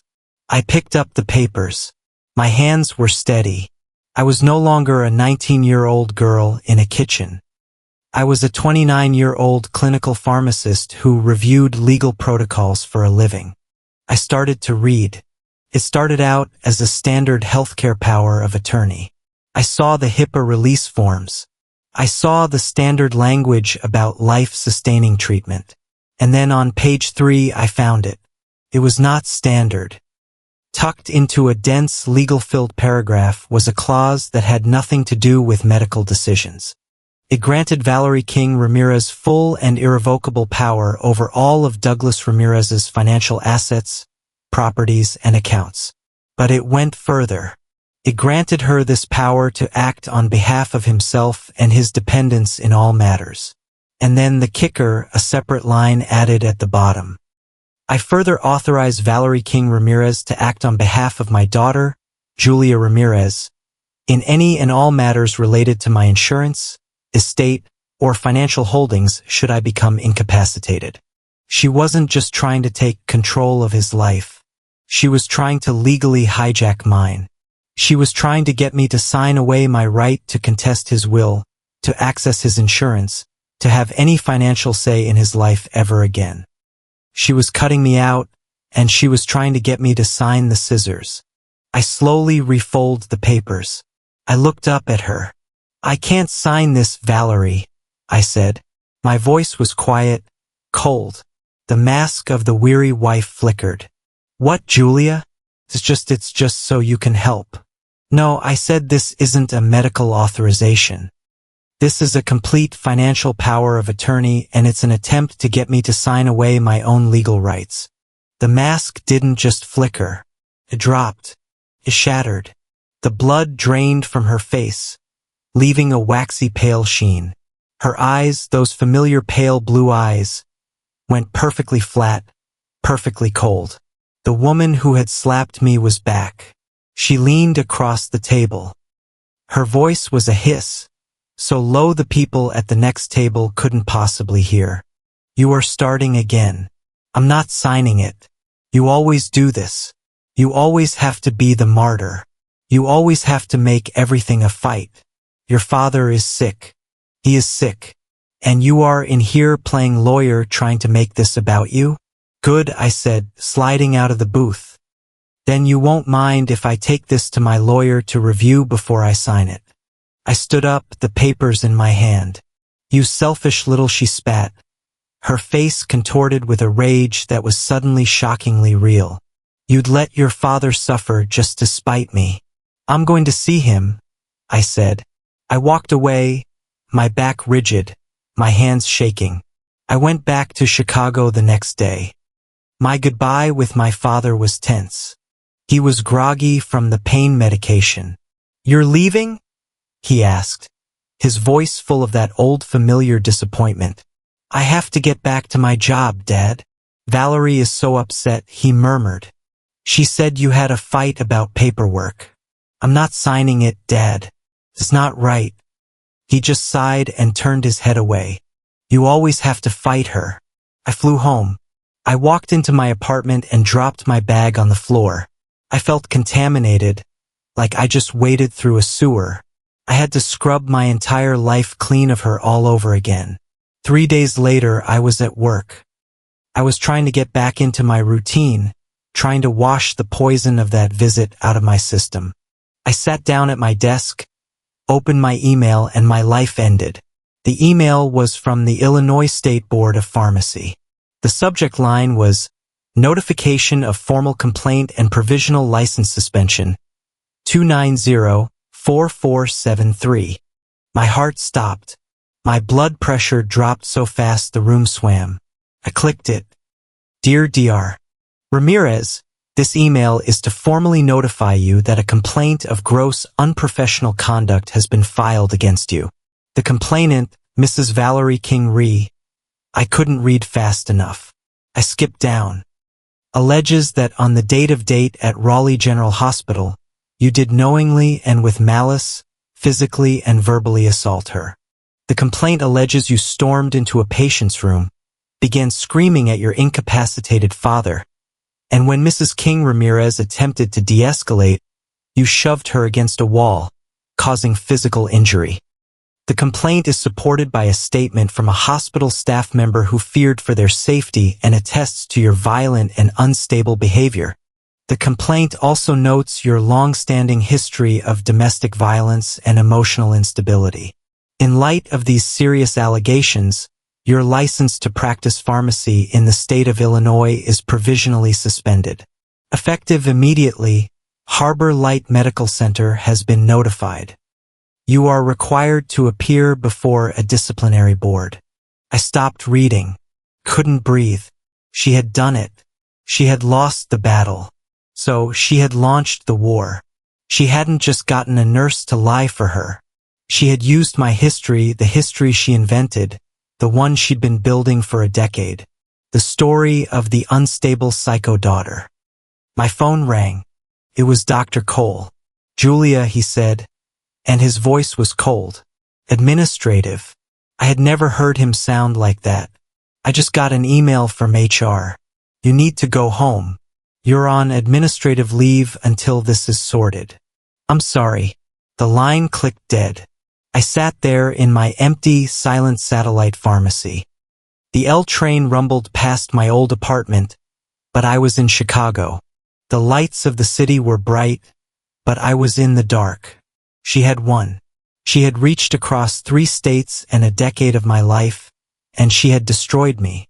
She had taken my job, my license, my name. The curse was complete. Nobody will believe you. I sat there for a long time.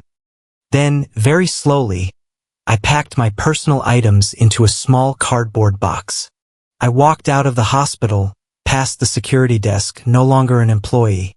I went home. I sat on my sofa. I did not cry. I was beyond tears. I looked at my desk, at the drawer, at the old dusty laptop inside. I thought, if I let her destroy me again. After all this, if I let her win, it's my fault. I had run. I had hidden.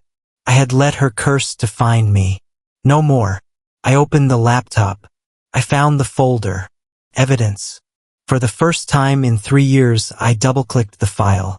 Groceries 0314. I was no longer a pharmacist. I was just a civilian with an internet connection and a crushing sense of dread. The first thing I did was not panic. It was to follow the advice Dr. Kararma had given me. I opened a search engine. Chicago lawyers specializing in medical license defense. The list was long. I cross-referenced it. Chicago lawyers specializing in domestic violence. The list was shorter. One name appeared on both lists, highlighted in several legal journals. Aiding Mariah Blake Associates, defending medical professionals advocating for survivors. I called her office at 8 a.m. the next morning. I used the last of my savings to pay her retainer. Her paralegal scheduled an emergency consultation for that afternoon. Mariah Blake's office was not like the warm, comforting space Dr. Sharma inhabited. It was a glass and steel fortress on the 42nd floor overlooking the river. The furniture was minimalist and sharp. Mariah Blake herself was sharp. She wore a perfectly tailored navy blue suit. Her hair pulled back so tightly it looked painful. She did not offer me coffee. She offered me a legal pad and a pen. "I've read the complaint from the Illinois board," she said.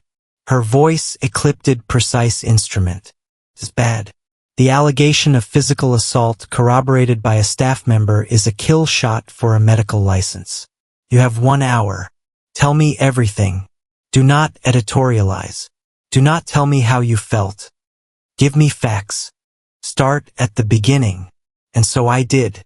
I was a scientist again. I was Dr. Ramirez delivering a case history. I started with Valerie's arrival. I detailed the shift in household dynamics. I described the financial takeover. I explained the gradual systematic campaign to label me as unstable. I described the theft of my tuition money. I told her about the slap. I told her about the graduation. Her face was stone. She just took notes. Then I told her about the recent trip, the phone call, the dying father, the hospital room, and the paperwork. When I got to the part about the financial power of attorney, Mariah Blake stopped writing. She looked up at me for the first time, her eyes dark and piercing, finally showing a flicker of something. "Interest document," she said. "The one she tried to get you to sign. Where is it?" "Here," I said. I had been terrified Valerie would ask for it back. So, I had scanned it into my phone before I left the hospital. I pulled up the PDF and handed her the phone. She read it, her eyes flying across the legalese. She zoomed in on the clause about me, the one granting her power over my own rights. She did this in a hospital cafeteria. She stated, "Not a question. Yes." When I refused, she became enraged. She called me a selfish. The next day I left. 3 days later, this complaint was filed. Mariah handed me back my phone. She leaned back in her chair. "Okay. It's a clear case of retaliatory defamation. She tried to entrap you into signing away your rights. You refused and she filed a career-ending complaint. The motive is clear." She paused. "But motive isn't evidence. They have a witness. Julia, a nurse, we have your story." She looked at me, her expression unreadable. "It's a good story. It's compelling. It's sympathetic. But in front of a board, it's just that, a story. It's your word against a grieving wife and a neutral third-party medical professional. We will lose." She steepled her fingers. "I'm going to ask you a question and I need you to think very, very hard before you answer. Is there any proof? Anything at all? An email, a text message, a recording? Anything that proves Valerie is not the saint she claims to be? Anything that proves she has a history of this?" The room was silent. I could hear the faint hum of the city 42 floors below. My story. It was just a story. Nobody will believe you. My mind flashed back. The kitchen, the dark, the notification. "Yes," I said. My voice was a croak. "I think so. I have a voicemail. A voicemail from 11 years ago. From the first time. The slap." Mariah's expression did not change, but her posture did. She leaned forward. "You have a recording of the assault?" "I think so. I haven't listened to it in years. I just kept it. It's on my laptop." "Get it," she said. Now I fumbled with my bag, pulled out my laptop. My hands were shaking so hard I could barely type in my password. I opened the file system. Evidence. Groceries 0314. As I called it groceries, I whispered, feeling stupid. "I don't care if you called it birthday party," Mariah said. "Play it." I double-clicked the file. The audio software opened. I pressed the small triangular play icon. I had forgotten to bring my headphones. The sound, tiny and sharp, filled the sterile, silent office. First, the faint sound of the kitchen, the jazz music, my own younger voice, high and thin. "Call the bank. I'm calling Dad." Valerie's voice suddenly clear and venomous. "You little snake. the scuffle, my own yell, the clatter of the phone hitting the counter, and then silence just for a second. Then her voice, not the weeping victim, not the concerned mother, her real voice, the one I heard in my nightmares. You are a black hole, a psycho. I watched Mariah's face. It was completely, utterly still. We listened. We heard my terrified, muffled voice. If Dad finds out. And then the sound, the crack of the slap. It was so loud, so violent in that quiet office that Mariah physically recoiled. Her eyes widened. We heard my choked sob. We heard the thud of my head hitting the refrigerator. And we heard the threat. You think he will believe you over me? All I have to do is cry. I will tell him you attacked me. Nobody will believe you. Julia, nobody. I moved to stop it. My hand was shaking. That's the part. Don't touch it, Mariah commanded. We kept listening. We heard the door open, Leia's voice. And then the most damning part of all, Valerie's instant, masterful, theatrical transformation into the victim. Oh, thank God you're here. She went insane. She was going to hit me. The recording ended. I sat there, my chest heaving, as if I just run a marathon. Mariah Blake was silent for a full 30 seconds. She just stared at the laptop. Then she looked at me. Her entire demeanor had changed. The cold professional assessment was gone. Her eyes were blazing. Holy God. She whispered. She confesses. She literally says, I will tell him you attacked me. She lays out the entire plan. She gaslights you, assaults you, and then creates the false narrative all in one recording. I forgot that part, I whispered. I just remembered the slap and the threat. The threat is bad, Mariah said, her voice electric fast. She was on her feet now, pacing. But the confession, that's the case. That's the whole case. She stopped. Wait, play it again. Right before the slap. What did she say about the money? I found the spot. Played it.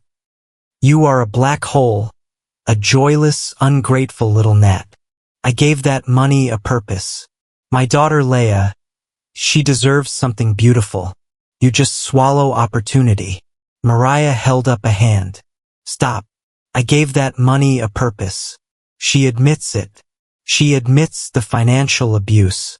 Mariah Blake looked at me, and for the first time she smiled. It was a terrifying, predatory smile. Julia, this isn't just a recording of a slap. This is a 4-minute 12-second admissible in court confession to battery, financial abuse, defamation, and premeditated intentional infliction of emotional distress. This isn't just a shield. This is a nuke. She was back at her desk typing furiously. Okay, we're not just defending. We are attacking. We are filing a countersuit, civilly defamation, leal, and tortious interference with your career. Your license is our first priority. I'm sending this transcript to the Illinois board today under seal. I'm petitioning for an immediate stay of your suspension, pending their review of this new critical evidence. She looked up. Now I want more. This is a pattern. You said it yourself. I want every email, every text, every Facebook message. Go home, dig, find everything. For the next 2 days, I didn't sleep. I became an archaeologist of my own trauma. I went through years of archived emails. I found them. The emails from my father. Valerie is worried. She cries every night. A perfect record of her manipulation. I found the Facebook messages from her, the non-apologies. I printed them. If I was a little too tough, it was only because I love you. I know I can be strong-willed, but a mother's job is to guide. I even found an old boastful email she'd sent to an aunt, which she had accidentally copied me on years ago. Douglas is so funny. He just lets me handle all the boring money stuff. I've been juggling his accounts and maximizing his insurance claims for years. It's amazing what you can find if you just read the fine print. I sent it to Mariah. She called me back in 10 minutes. Maximizing his insurance claims. Julia, this could be fraud. She's not just manipulating him. She may be actively stealing from him and the insurance companies. This is bigger than we thought. We built a timeline. Year 1, Valerie takes control of finances. Year 2, my tuition money disappears. Year 3, my father's investment portfolio, which I had incidental knowledge of, suddenly contains high-risk, obscure funds I'd never heard of. Year 5, the graduation. Year 11, the hospital incident and the POA. The pattern was undeniable. We need more on the hospital incident, Mariah said. This nurse, this witness, we need to neutralize her. The thought struck me, a cold one. What if the witness isn't real? Go on. I was there. No nurse came in when we were arguing. Not a single one. She threatened me in the cafeteria and I left. The only nurse who saw me with Valerie was the one from the first day.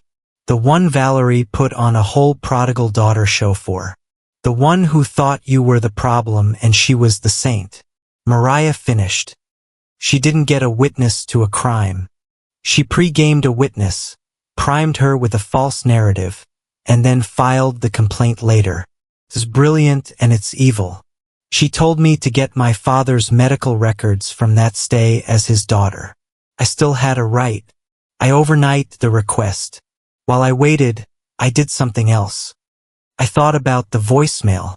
I'll tell him you attacked me. She'd used that line before. I thought of my old neighbor, Mrs. Alvarez, a kind older woman who had lived next door to us in Raleigh. She had always looked at me with a sad, knowing expression. I found her on Facebook. She was retired, living in Florida. I sent her a message. She agreed to a video call. I sat at my laptop, looking at her kind, wrinkled face. Mrs. Alvarez, do you remember me? Julia Ramirez from Raleigh. Of course, mija, she said. I always wondered what happened to you. You just vanished. You were a good girl. So quiet, Mrs. Alvarez, I said, my heart pounding. I need to ask you something from a long time ago. Do you remember ever hearing arguments from my house? Her face darkened. Mija, I didn't want to say. We all heard it. Your stepmother. She had a set of lungs. Always so sweet on the street, but the walls are thin. Do you remember anything specific? She was quiet for a moment. There was one time, a Saturday, I think years ago. You were a teenager. I was in my garden and I heard her screaming at you. Just awful things. And I heard her yell, I remember it. I remember because it was so strange.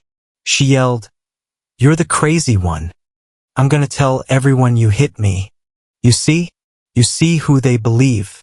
I was writing it down, my hand flying. Have you heard her say that? Clear as day.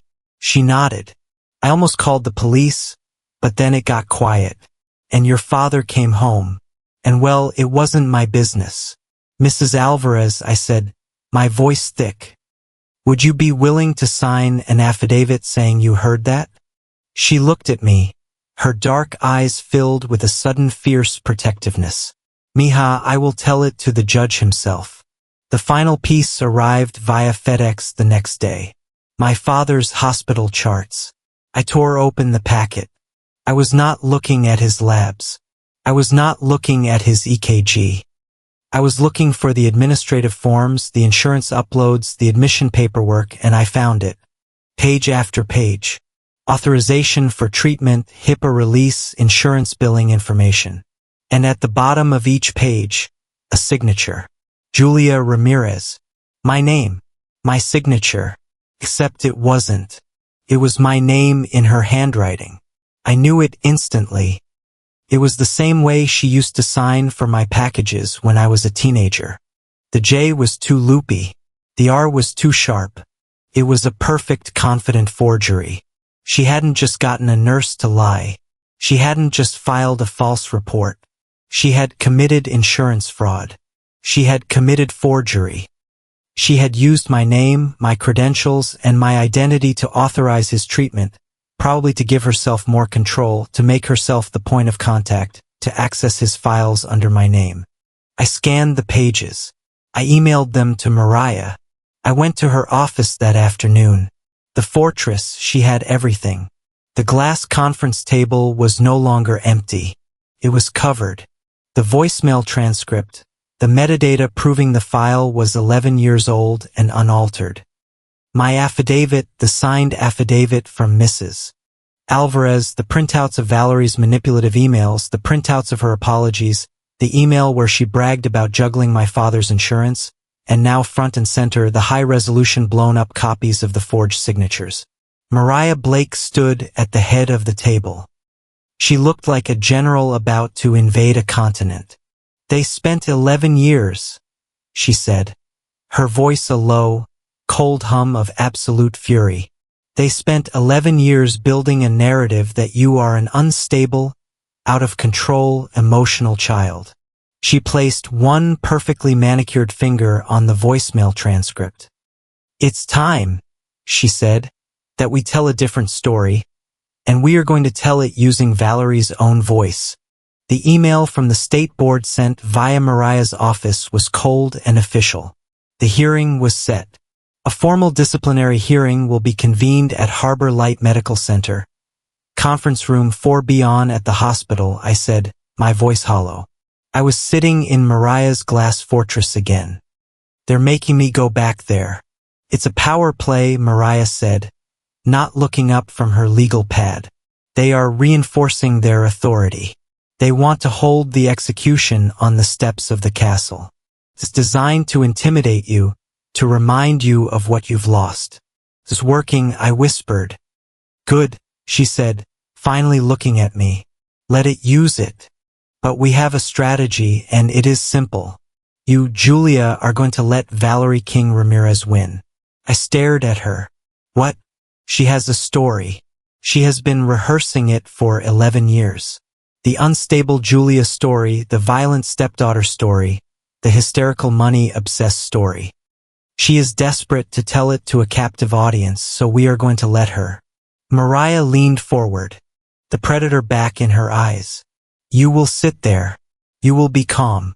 You will answer their questions politely, and you will not under any circumstances mention the voicemail. You will not mention the forgeries. You will not mention the financial abuse." We let her talk first. We let her build her entire elaborate perjured case. We let her convince every single person in that room that she is the victim and you are the monster. We give her all the rope she needs.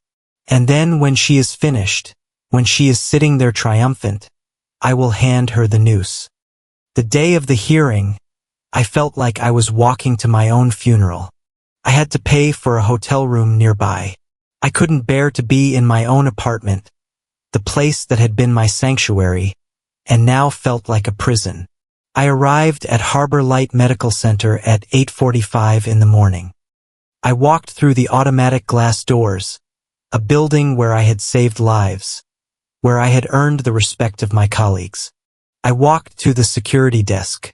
"Good morning," I said to the guard, a man I'd shared coffee with a dozen times. "Julia Ramirez. For the I know who you are." "Dr. Ramirez," he said, his eyes full of pity. He couldn't meet my gaze. "I'm sorry. Your badge has been deactivated. I have to sign you in as a visitor." He pushed a paper logbook and a cheap pen toward me. I had to write my own name, the date, and in the reason for visit column. I wrote disciplinary hearing. He handed me a flimsy adhesive visitor badge, the kind they give to family members. I peeled the back off and stuck it to my white blouse. It was a badge of shame. I walked across the lobby. It was the morning shift change. The lobby was full. I saw Nurse Patel from oncology. She saw me. Her eyes widened and she quickly looked away, pretending to be fascinated by a pamphlet on the wall. I saw two surgical residents I knew. They were laughing by the coffee cart. Saw me and their laughter died instantly. They just started. It was a gauntlet of suspicion, pity, and whispered judgment. Every eye on me felt like a small hot sting. And then I saw Dr. Cole. He was standing by the main elevators, his white coat already coffee-stained. His face said in its usual stressed expression. He was reading a chart. He looked up. His eyes met mine across the atrium. He didn't smile. He didn't look away. He didn't offer a word of comfort. He just gave me one slow, neutral, professional nod, a bare acknowledgement that I was a person and he was seeing me. And then he turned and got into the elevator. That single neutral nod was the cruelest blow of all. It wasn't hatred. It was procedure. I was no longer his colleague. I was a problem to be processed. I was an item on an agenda. My father called the night before. I was sitting in my sterile hotel room staring at the bad art on the wall when my phone lit up with the Raleigh area code. I let it ring twice, then answered, "Hello, Julia." His voice was weak, ready, the voice of a patient. "Julia, I got a letter, a summons from your hospital. They're making me testify as a witness." "I know, Dad." "Julia, please." His voice cracked. "Don't do this. Don't make a circus of this. Valerie, God. Julia, she is a wreck. She hasn't slept. She hasn't stopped crying for 3 days. She's just beside herself. She thinks you're trying to destroy her." I said nothing. I just listened to the sound of his breathing. "My heart," he said, his voice dropping to a low, guilty whisper. "The doctor said, I can't have this. This stress, this fighting, all this anger, it's gonna kill me. Julia, please just let it go. Apologize. Whatever it is, just fix it for me." There it was, the final desperate plea. He was using his own heart as a human shield for her. The old Julia, the 19-year-old on the kitchen floor, would have shattered. She would have wept. She would have apologized. She would have set herself on fire to keep him warm. But that Julia was gone. "I'm not doing anything, Dad," I said. My voice was as calm and cold as the view from Mariah's window. "You're dragging your family through the mud," he cried, a sudden surge of strength in his voice. "You're telling strangers these lies over what a misunderstanding. She's your mother." "I'm not making a scene, Dad," I said, and I was shocked to find my hand was perfectly steady. "I'm just done being silent." I ended the call. I hung up on my father. And for the first time in my life, I didn't feel guilty. I just felt empty and ready. A knock on my hotel room door made me jump. It was 10 p.m. I wasn't expecting anyone. I looked through the peephole. It was Tessa. I ripped the door open. She was standing there, her coat still on, a duffel bag at her feet, and 2 large steaming coffees in her hands. She had taken a red-eye flight from Virginia. "You didn't really think I'd let you do this alone, did you?" she said. I just fell into her arms. "I'm so scared, Tess," I whispered into her shoulder. "I know," she said, hugging me tight, pushing me back into the room. "But I want you to remember something. The worst thing that can happen tomorrow has already happened to you. You already lived through the original nightmare. This is just the review, and this time you have a critic with you." Mariah had come by earlier. She was not a comforting presence. She was a weapon. She was all business. "I've prepared a short presentation," she'd said. "All brisk efficiency. We won't show it unless we have to. It's a simple timeline. It shows the correlation between your refusals of her financial control and her immediate retaliatory complaints. It shows the affidavit from your neighbor, Mrs. Alvarez. It shows the email where she brags about juggling his insurance. And it ends with high-resolution side-by-side comparisons of your real signature and the forgeries. What about the voicemail? I'd asked. The audio file is embedded in the final slide, but she said, "I don't trust the hospital's audiovisual equipment. I don't trust their Wi-Fi. I don't trust them not to accidentally have technical difficulties. We leave nothing to chance." She reached into her sleek leather briefcase and pulled out a small black metal grilled device, a portable Bluetooth speaker. "This is fully charged," she said. "The battery lasts for 12 hours. It is loud enough to be heard in a courtroom. It is paired to my laptop and my phone. When the time comes, we will control the sound, not them." She placed it back in her bag. "Get some sleep, Dr. Ramirez. Tomorrow we go to work." But I couldn't sleep. After Tessa had finally crashed on the other bed, I lay awake in the dark. The city sounds were muffled, distant. I reached for my laptop. I opened it, the screen bathing me in a pale blue light. I opened the folder. Evidence.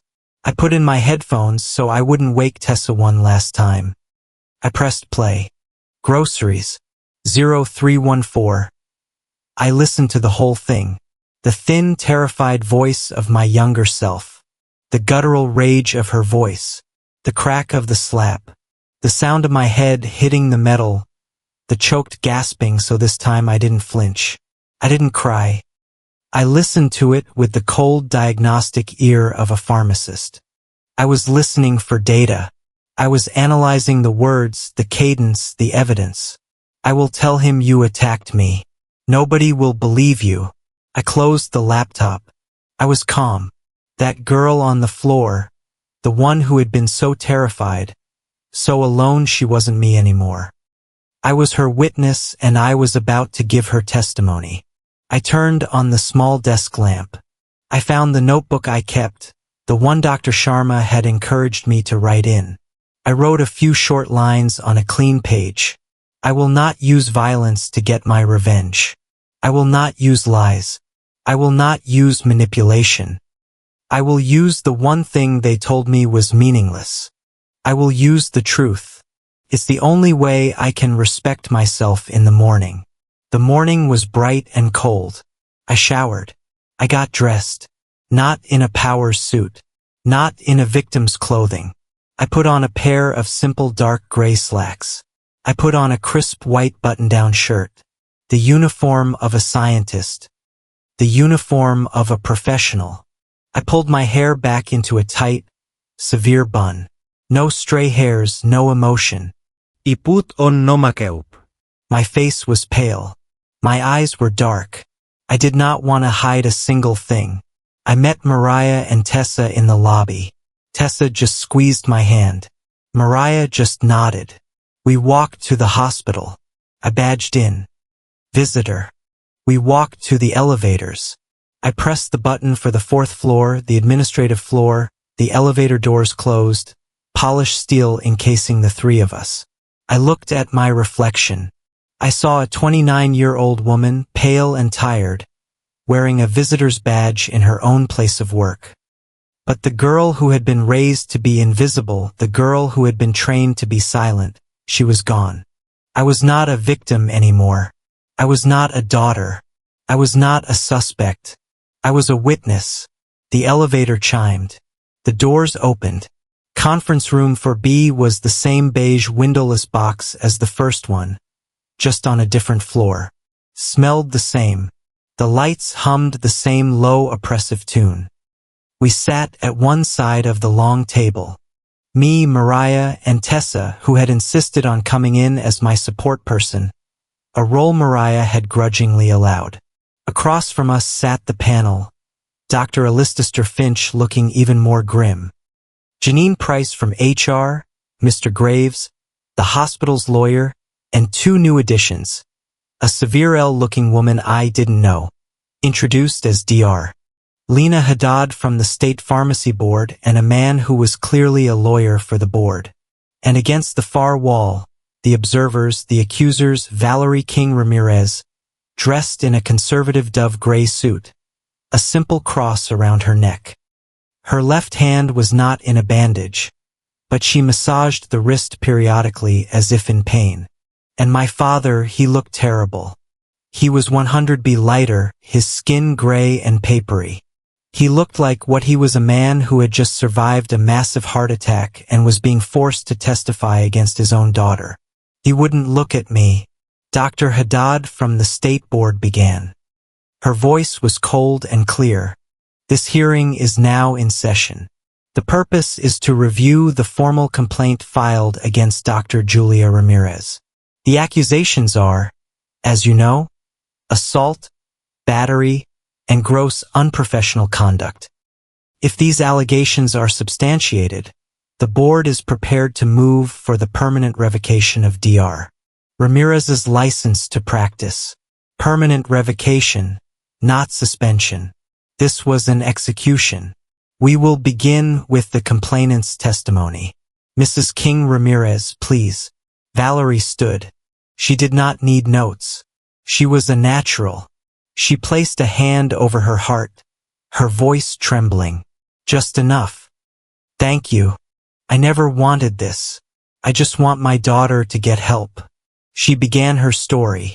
It was a masterpiece of fiction delivered with the earnestness of a saint. She painted a picture of my childhood as a dark, troubled time. Julia was always intense, she said, her eyes sad, looking at the table. Even as a teenager, she was prone to episodes. She would lock herself in her room for days. She would break dishes, screaming that we were trying to control her. It was always about money. She even threatened to hurt herself. Once, when her father wouldn't give her an advance on her allowance for a car, I think I sat perfectly still. My hands were clasped in my lap so tightly my knuckles were white. Mariah had prepped me. Do not react. Do not give her a single expression. Be a stone. Then Valerie moved to the main event, the hospital. When Douglas had his heart attack, it was the worst day of my life. She wept, dabbing her eyes with a tissue she'd had ready. I called Julia. I begged her to come. I thought this would be the one thing that would bring us together, but her voice broke. She was different, cold, angry. She came to the hospital and she was agitated. She kept talking about money, about the insurance. I told her, Julia, please not now. Your father is sick. And she just snapped. She looked at the board, her eyes wide with remembered terror. She stormed into Douglas's room. He was so weak. She started screaming at him, screaming that he was weak, that he'd let me, steal from him. I tried to step between them. I put my hand on her arm. I said, please, honey, stop. You're scaring him. She took a ragged breath and she grabbed me. She grabbed my blouse right here. She touched her collarbone. She shoved me back.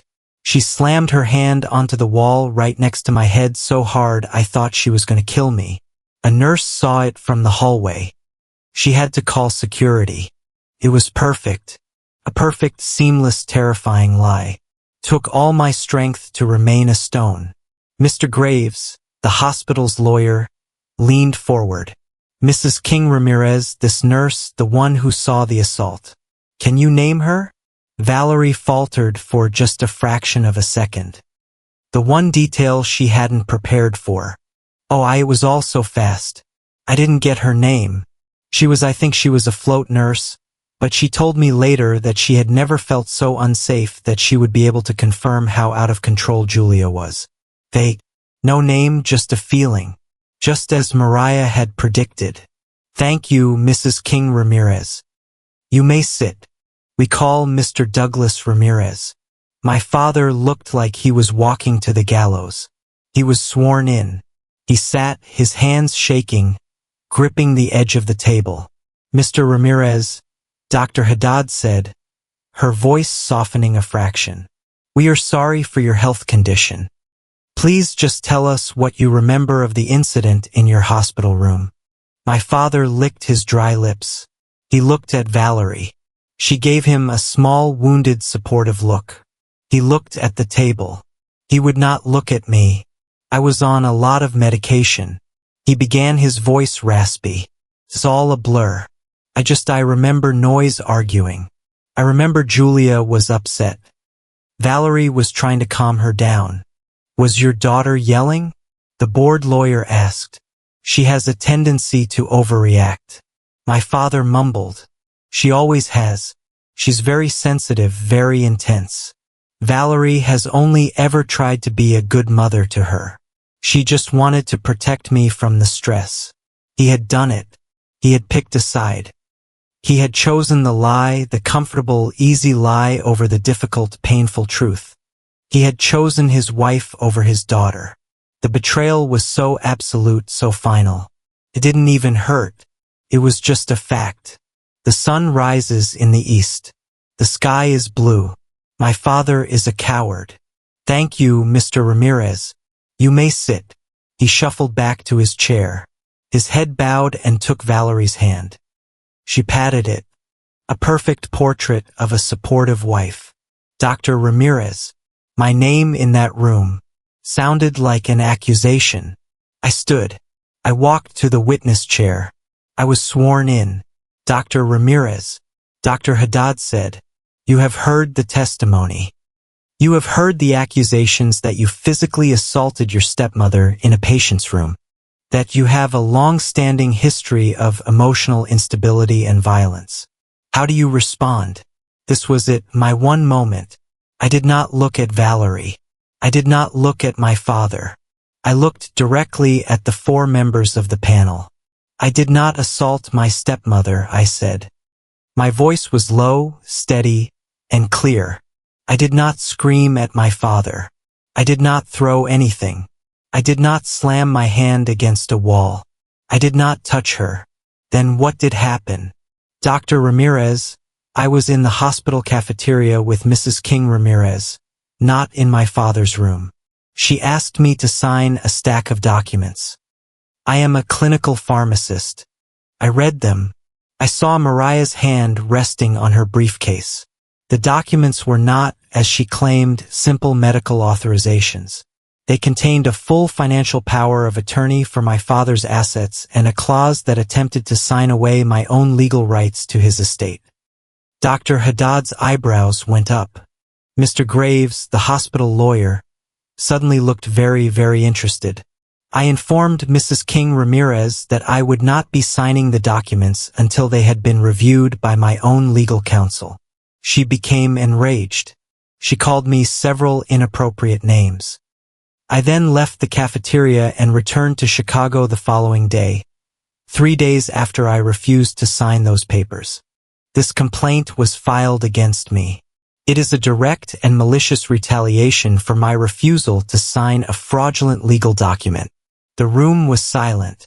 I had not raised my voice. I had not cried. I had presented a clear, logical, and damning motive. Valerie was staring at me, her face pale. This was not in her script. Dr. Haddad looked at her notes. This is a very different account. You are stating that this entire complaint is a fabrication in retaliation. Yes, I said. Dr. Ramirez, it is still your word against hers and she has a history, a narrative. I am aware of the narrative she has built, I said. I sat down. Mariah Blake stood up. Dr. Haddad, members of the board, my client has just testified to a clear motive for this retaliatory action. But the complaint also rests, as Mrs. King Ramirez stated, on a long-standing pattern of behavior. We would like to address that pattern. Mariah looked directly at Valerie. Mrs. King Ramirez has testified that my client has a history of episodes and violence. We would like to play a short piece of audio from 11 years ago that is directly relevant to Mrs. King Ramirez's own behavioral patterns and her methods of handling family disagreements. The room was suddenly electric. Valerie's face, which had been pale, flushed a dark, ugly red. She knew. She had to know. I don't know what this is, Valerie said. Her voice suddenly high and brittle. She attempted a laugh. This is ridiculous. It's probably just some silly argument from when she was a teenager. A misunderstanding. We'd like to let the audio speak for itself, Mariah said. She turned to the board. With your permission, Dr. Haddad looked at the board lawyer, who nodded. Proceed, counselor. Mariah reached into her bag. She did not try to connect to the hospital system. She took out the small black Bluetooth speaker. She placed it in the center of the vast polished table. It looked tiny, It looked like a bomb. She pressed a button on her laptop. The speaker hissed to life. First, a single electronic beep. The sound of a voicemail system connecting. Then the sound of a room, faint jazz music, and my own voice. So young it barely sounded like me. Thin, terrified. Call the bank. I'm calling Dad. Valerie's voice, the real one, guttural. Clear as a bell in the silent beige room. You little snake. I watched the panel. Dr. Haddad's head tilted. Dr. Finch, who had been looking down, looked up. We heard the scuffle. My own sharp, surprised yell, the clatter of the phone, and then her voice, the voice of the woman in the dove. Gray suit. You are a black hole, a psycho. I watched my father. He had gone white. His mouth was open. He was staring at the small black speaker as if it were a rattlesnake. If Dad finds out, and then the sound, the crack, the sound of the slap. It was so loud, so sharp in that carpeted, sound-dampened room that Dr. Haddad physically flinched. Janine Price from HR brought her hand to her mouth. My own choked sob, the thud of my head hitting the refrigerator, and then the confession. You think he will believe you over me? What's your proof? Huh? That little red mark on your face. All I have to do is cry. All I have to do is tell him you attacked me. Valerie was half out of her chair. No, that's not. And he will believe me. He will always believe me. Mariah's eyes were locked on Valerie. Nobody will believe you, Julia. Nobody. Turn it off. Valerie lunged. She stood up, knocking her chair over with a crash. Turn it off. That's a lie. It's fake. She edited it. She's sick. She's a sick girl. Keep it playing, Ms. Blake. Dr. Haddad said, her voice like ice. They listened. They heard the door open. They heard Leia's voice. And they heard Valerie's instant, tearful, Oscar-worthy transformation. Oh, thank God you're here. She went insane. She was going to hit me. The recording ended. The silence that fell on the room was heavier, more profound than any sound I had ever heard. It was absolute. Valerie was standing, her face purple, her chest heaving. The dove-gray suit was rumpled. The mask was not just cracked. It was pulverized. It's a fake, she hissed, her eyes wild, darting between the panel members. She's a little witch. She knows computers. She faked it. She faked all of it. Mariah Blake stood up calmly. For the record, she said, her voice cutting through Valerie's hysteria. We are submitting the original audio file along with its digital metadata. It will prove conclusively that this is an unaltered carrier-generated voicemail created automatically on March 14th, 11 years ago, and saved to a server. It has not been edited in any way. She placed a USB drive on the table. Dr. Lena Haddad turned her cold, furious gaze, not to me and not to Valerie. She turned it on my father. Mr. Ramirez, she said, her voice quiet, but carrying the weight of a gavel. You testified that your daughter overreacts and that your wife was just trying to be a mother. Did you know your wife was assaulting your daughter? Did you know she was threatening her? Did you know? And her voice rose, that she was bragging about her conspiracy to lie to you. My father could not speak. He was gulping like a fish. He looked at Valerie, his eyes full of a dawning, uncomprehending, absolute horror. He was hearing it. He was finally truly hearing it. He stammered. I did it for us, Douglas. Valerie shrieked, her voice cracking into a desperate register. She was trying to cry, but the tears wouldn't come. Her face was just a contorted, dry mask of panic. She was trying to tear us apart from the beginning. She was unstable. I was protecting my family. I was protecting you. But the tears wouldn't come. The performance was over. The magic was gone. The members of the board were not looking at a grieving, victimized wife. They were looking at a cornered, frantic, and guilty animal. They were looking at the woman from the recording, and for the first time they believed me. The silence stretched on, broken only by Valerie's dry, rasping sobs. The recording was over, but the sound of that slap still hung in the air, an indictment that needed no judge. Dr. Haddad, her face a mask of cold fury, called for a 30-minute recess for the board to deliberate. The word hung in the air, final and heavy. The moment she left the room, the spell broke. Valerie King Ramirez, the consummate performer, crumpled. It was not a performance. She fell back into her chair with a thud. Her mouth open, a soundless, dry gasp. Her face was a mottled, ugly purple. She was breathing in short, sharp, panicked pants. My father. He just stared at the small black speaker in the center of the table. He was a ghost. He looked up, his eyes hollow and terrified, scanning the room. He avoided my gaze. He avoided Valerie's. He looked at the wall, at the water carafe, at his own shaking hands. He was a man watching his entire carefully constructed world dissolve into acid. Mariah touched my elbow. Let's get some air. Tessa. Mariah. And I stood in the hallway. Tessa had her arms wrapped around me, her own body shaking with adrenaline. Jules, she whispered into my ear. That was like a movie. The look on her face. Oh my God. The look on his face. It's not over. Mariah said, her voice low. They're ruling on the complaint. That's all. We wait, Julia. I turned. It was my father. He had shuffled out of the room alone, leaving Valerie to her panic. He looked 100 years old. His gray skin was translucent, his hands trembling. He looked at me, his eyes swimming with a desperate, pathetic confusion. Jules, he whispered. He took a staggering step toward me. Tessa tensed. But I just stood there.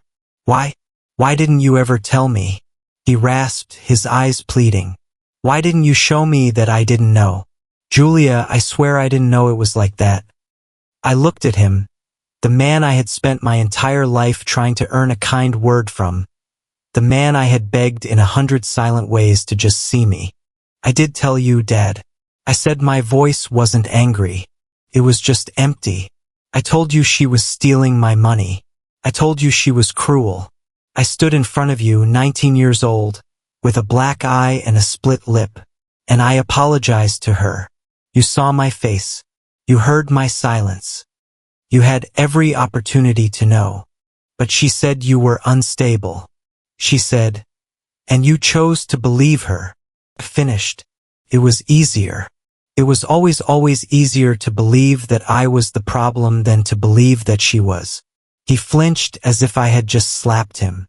Julia, I did tell you, I said, turning away. You just chose not to listen.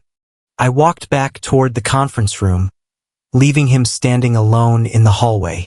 We filed back in. The panel returned. The air was thick. Valerie had regained some small measure of composure, but her face was still waxy, her eyes darting everywhere. My father sat beside her, but he was not touching her. He was sitting an inch away, a human-sized gap of cold realization between them. Dr. Lena Haddad sat. She squared her papers. She looked at me. The board has reviewed all testimony and evidence. We will begin with the complaint filed by Mrs. Valerie King Ramirez against Dr. Julia Ramirez. She paused and looked with a contempt so profound it was almost unprofessional directly at Valerie. We find zero credible evidence to support the allegations of assault, battery, or unprofessional conduct at Raleigh General Hospital. The complaint is dismissed with prejudice. I let out a breath I had been holding for 11 years. Furthermore, Dr. Haddad continued, her voice like steel. The board finds that the evidence submitted by Dr. Ramirez's counsel, including an 11-year-old metadata verified audio file, signed affidavit from witnesses, and evidence of financial malfeasance and forgery, paints a deeply disturbing picture. We find that this complaint was not just unfounded, but was filed with clear, malicious, and retaliatory intent.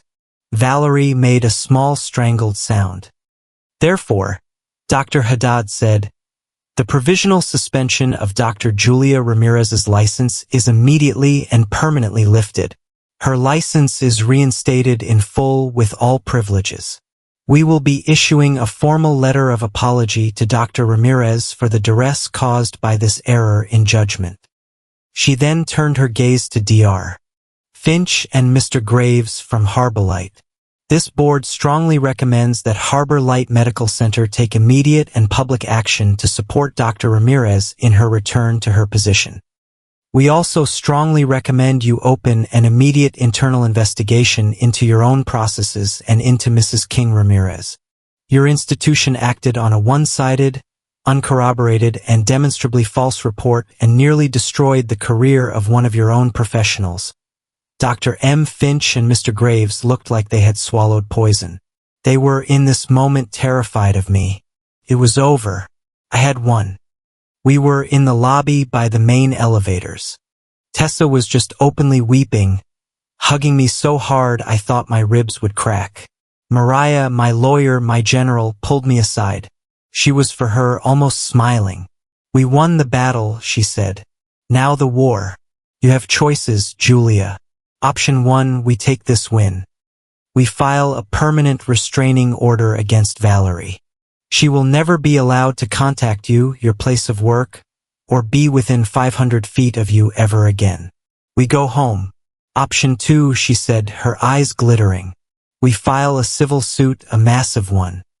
Defamation, leal, slander, tortious interference with your career, intentional infliction of emotional distress, and based on that voicemail financial abuse, we can sue her into the ground.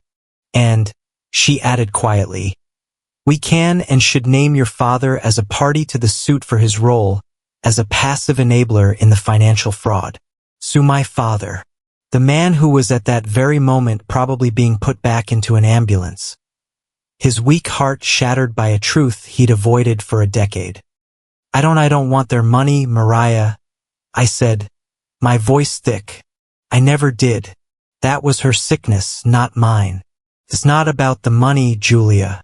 It's about a judgment. It's about a public permanent record that states unequivocally what they did. I thought about that. A piece of paper that would exist forever. A piece of paper that said she was telling the truth. I thought about all the other Julia. The ones who didn't have a voicemail. The ones who were still being told they were crazy. We do both, I said. My voice was firm. I want the restraining order. I want her legally gone from my life and we file the lawsuit. Mariah nodded, ready to move. But I said, on one condition, I want it in the filing. I am not seeking $1, not 1 cent for myself. All damages, every penny awarded by a jury or gained in a settlement is to be donated directly. We'll create a foundation, the Nobody Believes You Fund for adult survivors of domestic gaslighting and family-based financial abuse. Mariah Blake stared at me for a full long second. Then that terrifying, beautiful, predatory smile spread across her face. That, she said, is the single most elegant and vicious checkmate I have ever had the privilege to be a part of. I will draft the filings this afternoon. The elevator chimed, the doors opened, and my past came running out. Julia, you can't, Valerie. Her face was a wreck. Her makeup streaked, her hair falling out of its perfect arrangement. She ran at me, her hands out, pleading. Tessa and Mariah both stepped in front of me. The human wall. You are destroying us? She shrieked, her voice echoing across the entire crowded hospital lobby. Everyone was staring. You are ruining your father. You are destroying your family over one stupid mistake. A fit of temper. It was 11 years ago. Are you that hateful? Are you that unforgiving? I stepped out from behind Mariah. I looked at this woman, this monster who had haunted my entire adult life. She was just a small, pathetic, frantic woman. My family, I said, my voice quiet, but it cut through her hysteria like a scalpel, is not the one my father is choosing to stand by right now. I glanced past her. 10 feet away by a pillar, my father was standing. He was watching this whole humiliating scene. He was watching his wife, the one he had chosen, reduced to this feral, shrieking creature, and he was not moving. He was not coming to her defense. He was not coming to me. He was just frozen, paralyzed by his own lifetime of cowardice. Valerie looked confused. She didn't understand. I reached into my bag. I pulled out the old phone, the one with the cracked screen. I held it up. I turned it on. I navigated to the audio file. Groceries 0314. Valerie's eyes locked onto it. She stopped breathing. I kept this for 11 years. I said to her, I kept it because I was so terrified. I thought it was the only thing in the world that could prove I wasn't crazy. I thought I needed it just in case nobody believed me. I looked her dead in the eyes. My thumb moved to the screen. I pressed options. I pressed delete. A small box popped up. Are you sure you want to permanently delete this file? But I was wrong. I said it already did its job. Saved me. And now I don't need your voice in my head for one more second. I pressed delete. The file vanished. I watched her face. She looked for a second like I had just struck her. The proof of her sin. The one thing that had defined our relationship was just gone, erased. I had taken away her power, and now I had taken away the evidence of it. 2. I had absolved myself. I put the phone back in my bag. Goodbye, Valerie. I turned with Mariah and Tessa at my side. I walked toward the glass doors. I didn't look back. I didn't need to. I knew my father was still standing there, motionless, 10 feet away from his wife. His silence was his answer. His paralysis was his final choice. He had chosen his prison. His sentence was to live with her forever, knowing exactly what she was. I flew back to Chicago that night. The next Monday, I walked back into Harbor Light Medical Center. My ID badge, which had been deactivated, swiped green. The light had never looked so beautiful. I walked onto the oncology floor. It was a normal day. Nurses were rushing. Phones were ringing. The nurse from the admitting desk, the one who had given me the pitying look, saw me. Her face went bright, scarlet red. She immediately looked down at her computer, pretending to be busy. I walked into the satellite pharmacy. My colleagues, the techs, the other pharmacists, they all stopped. Then Maria, one of the lead techs, just dropped the vial she was holding and ran over, throwing her arms around me. Oh my God. Dr. Ramirez, you're back. We all knew it was we missed you. Then the door opened. Dr. Cole, his white coat was as always stained with coffee. He looked stressed. He looked at me, Ramirez, he grunted. Dr. Cole, I said, my heart pounding. You're 2 weeks behind on your protocol reviews, he said. His face was stern. And Mr. Henderson in room 305 is complaining about the nausea regimen again. He says, it's not working. Go fix it. I broke into the biggest, widest, most unprofessional smile of my life. I might have even laughed. It was the most beautiful, normal, perfect, and respectful thing anyone had ever said to me. On it, doctor. I said I was not a scandal. I was not a victim. I was not a visitor. I was a pharmacist. I was home. That night, I sat in my own apartment. The windows were open. I could hear the sounds of the city. I picked up my phone, the new one. I opened my contacts. I scrolled down. That. I stared at the name for a long time. Then I pressed options. Delete contact. Confirm. I scrolled down. Valerie, delete contact. Confirm. I scrolled back up. Tessa Moore. Mariah Blake lawyer. Dr. Cole work. Maria work. My new family. The one I had built. The one that believed me. Not because of a recording, but because of me. I opened my journal. The one Dr. Sharma had told me to keep. I turned to a new clean page. I wrote one last sentence for 11 years. She told me nobody would believe me.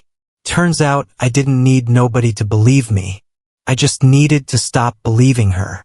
I closed the book. I put the pen down. I walked out onto my small balcony into the cool, windy Chicago night. I looked at the million lights of the city. No gavel had fallen. No judge had passed sentence. But my sentence was over. I took a deep breath, and for the first time in what felt like my entire life, my heart, my own bruised, heavy, tired heart finally felt light.